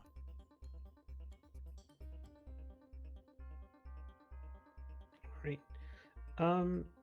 GM, Mhm. I don't know if there is. Um, is there unlanded nobility? Yep. Knights and such, depending on the house. It's house to house thing, but it's within the Farfetch'd system. Okay. Do those exist um at the will of the house, Mhm. or is that something that also has to be given by the emperor? Anything lower than your rank, you can divest, because it's within your powers. It's the reason why marshal. Technically, you are the marshal, spy master, treasurer, and all those things for your land, but you can't do all those things, so you divest those powers to lesser people. So you could divest a tiny bit of your nobility to somebody to knight them. Some people like doing that. I would say you wouldn't be able to get away with it and be taken seriously if you have less than noble lifestyle, because you wouldn't look the part. It'd look incorrect. But anything that and higher, yeah, totally. You just couldn't give her a title higher than that. Like you couldn't say that you couldn't give her power over Agrestis, for example. That's not within your authority to sort of thing. You could even give her a plot of land on your planet and say, oh, you're a nascent house of something. You own that bit of those couple acres of land. Would it get very complicated if I gave someone a land that technically made them their own house? Say again, sorry? Would it make it really complicated for us to do stuff if I gave land to someone that technically made them their own house? Because I don't know if that doubles our house management sessions, and then It would not, unless you you would really focus on, much like Lady Illyrian is, she's largely an agent or perhaps even an architect of Alaka. She has Illyrian concerns, but she's not part of that discussion. She doesn't go to those house management sessions. She's too busy dealing with the Alaka stuff. So similarly, someone else, if they have it, unless they're doing a full-blown thing, unless you guys wanted to have multiple houses doing moves, you would have that person just be part of your house working in their sort of thing. Or rather, in a more practical sense, you would focus on one house or the other. And one presumes you would focus on the bigger house rather than the smaller retainer house. So it wouldn't be automatically complicated, but you could easily make your life complicated if you wanted. But when you give someone new land under you, since you're a minor house, you're just creating a nascent house. So they wouldn't have a ton of power to begin with.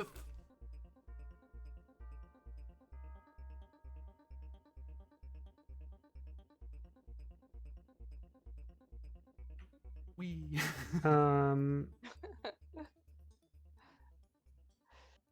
Feudal systems.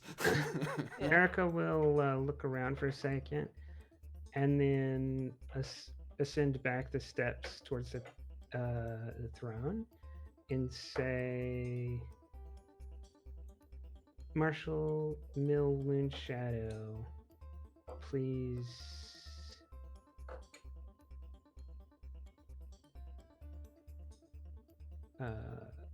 present yourself here. We'll step forward.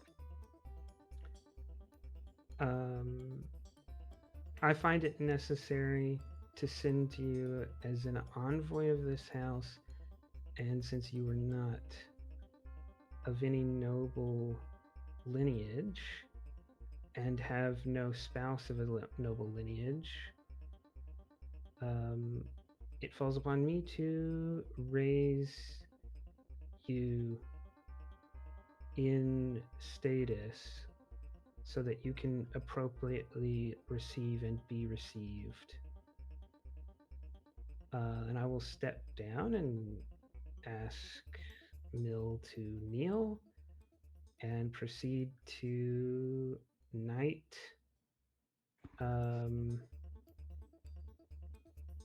Mill, give her the title of writer,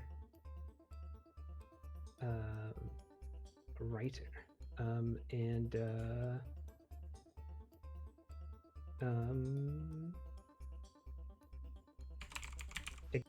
Acknowledge her as a unlanded noble in the service of House Bellezza.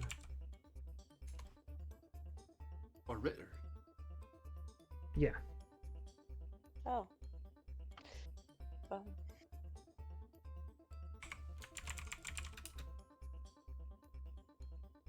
I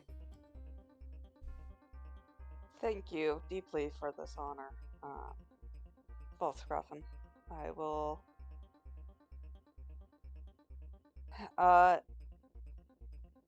I'll endeavor to prove worthy of it.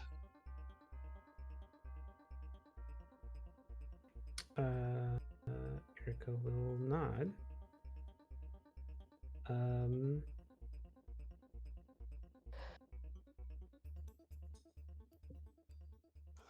And adjourn the court.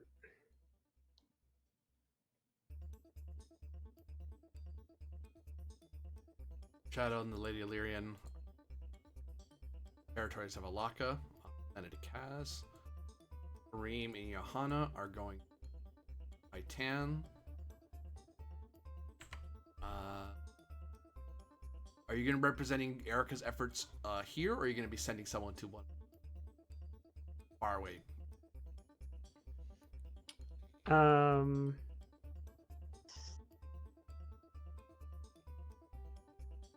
Because I will say that next episode I'm going to be running both of these intrigues at the same time, so because they're happening simultaneously, so it does matter what happens when.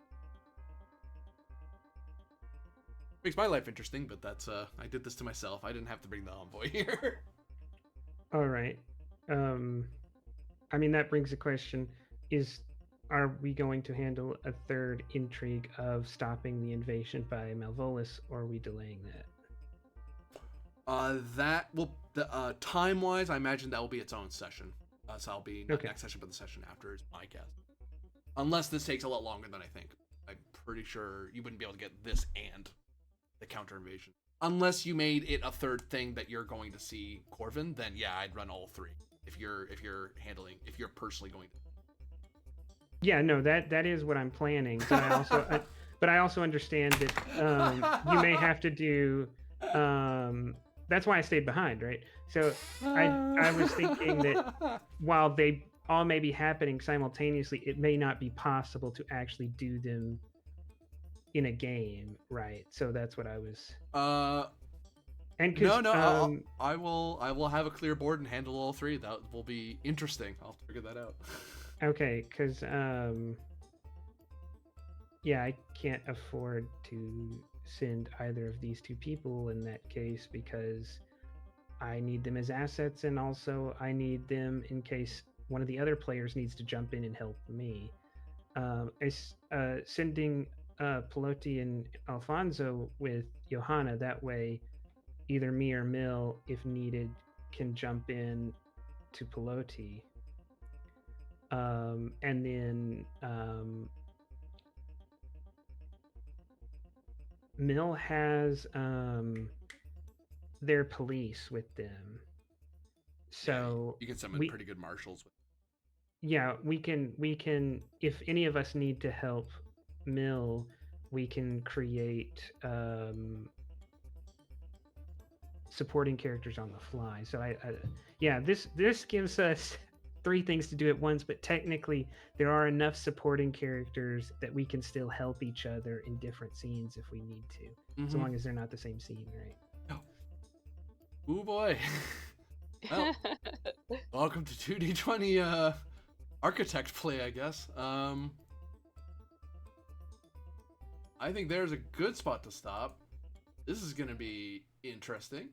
But the sort of thing I was looking forward to see what would happen if you had multiple fires and how you're going to handle it. Yeah. So, lots to figure out, lots to work against, and long-term plans coming to fruit. So for everyone watching, hope you're keeping track of all this. But thank you very much for watching. For those of you playing, thank you very much for playing. And see you all again next time. Bye. I just had to do an intrigue at the. I spent 2 to have someone show up from an enemy house, and I was like, oh, here's a envoy thing, and I have a thing they can do. I'll see what you do about it, because we had extra time. And it's like, oh, I just gave you a reason to do a whole 3rd thing. Oh, okay. Yeah, and I was like, okay, this is gonna be weird. They're gonna come here, and they're gonna have known some of the stuff that's been happening, or they're gonna know that their agent was made. So they're gonna come here and try to salvage the situation. It was like, no, they're here for an entirely different, much more aggravating reason. Yeah. Also, I apologize for mentioning in front of the Reverend Mother and the Marshal burning the Forest of Silvanus like 3 or 4 times, but I had to get the point across. Hey, you got Octavia's vote. She's in favor of that. Yeah, I machine. figured she was on board for that. Millie is assuming that the false graffin is exaggerating for theatrical effect. One hopes. One hopes. Yes.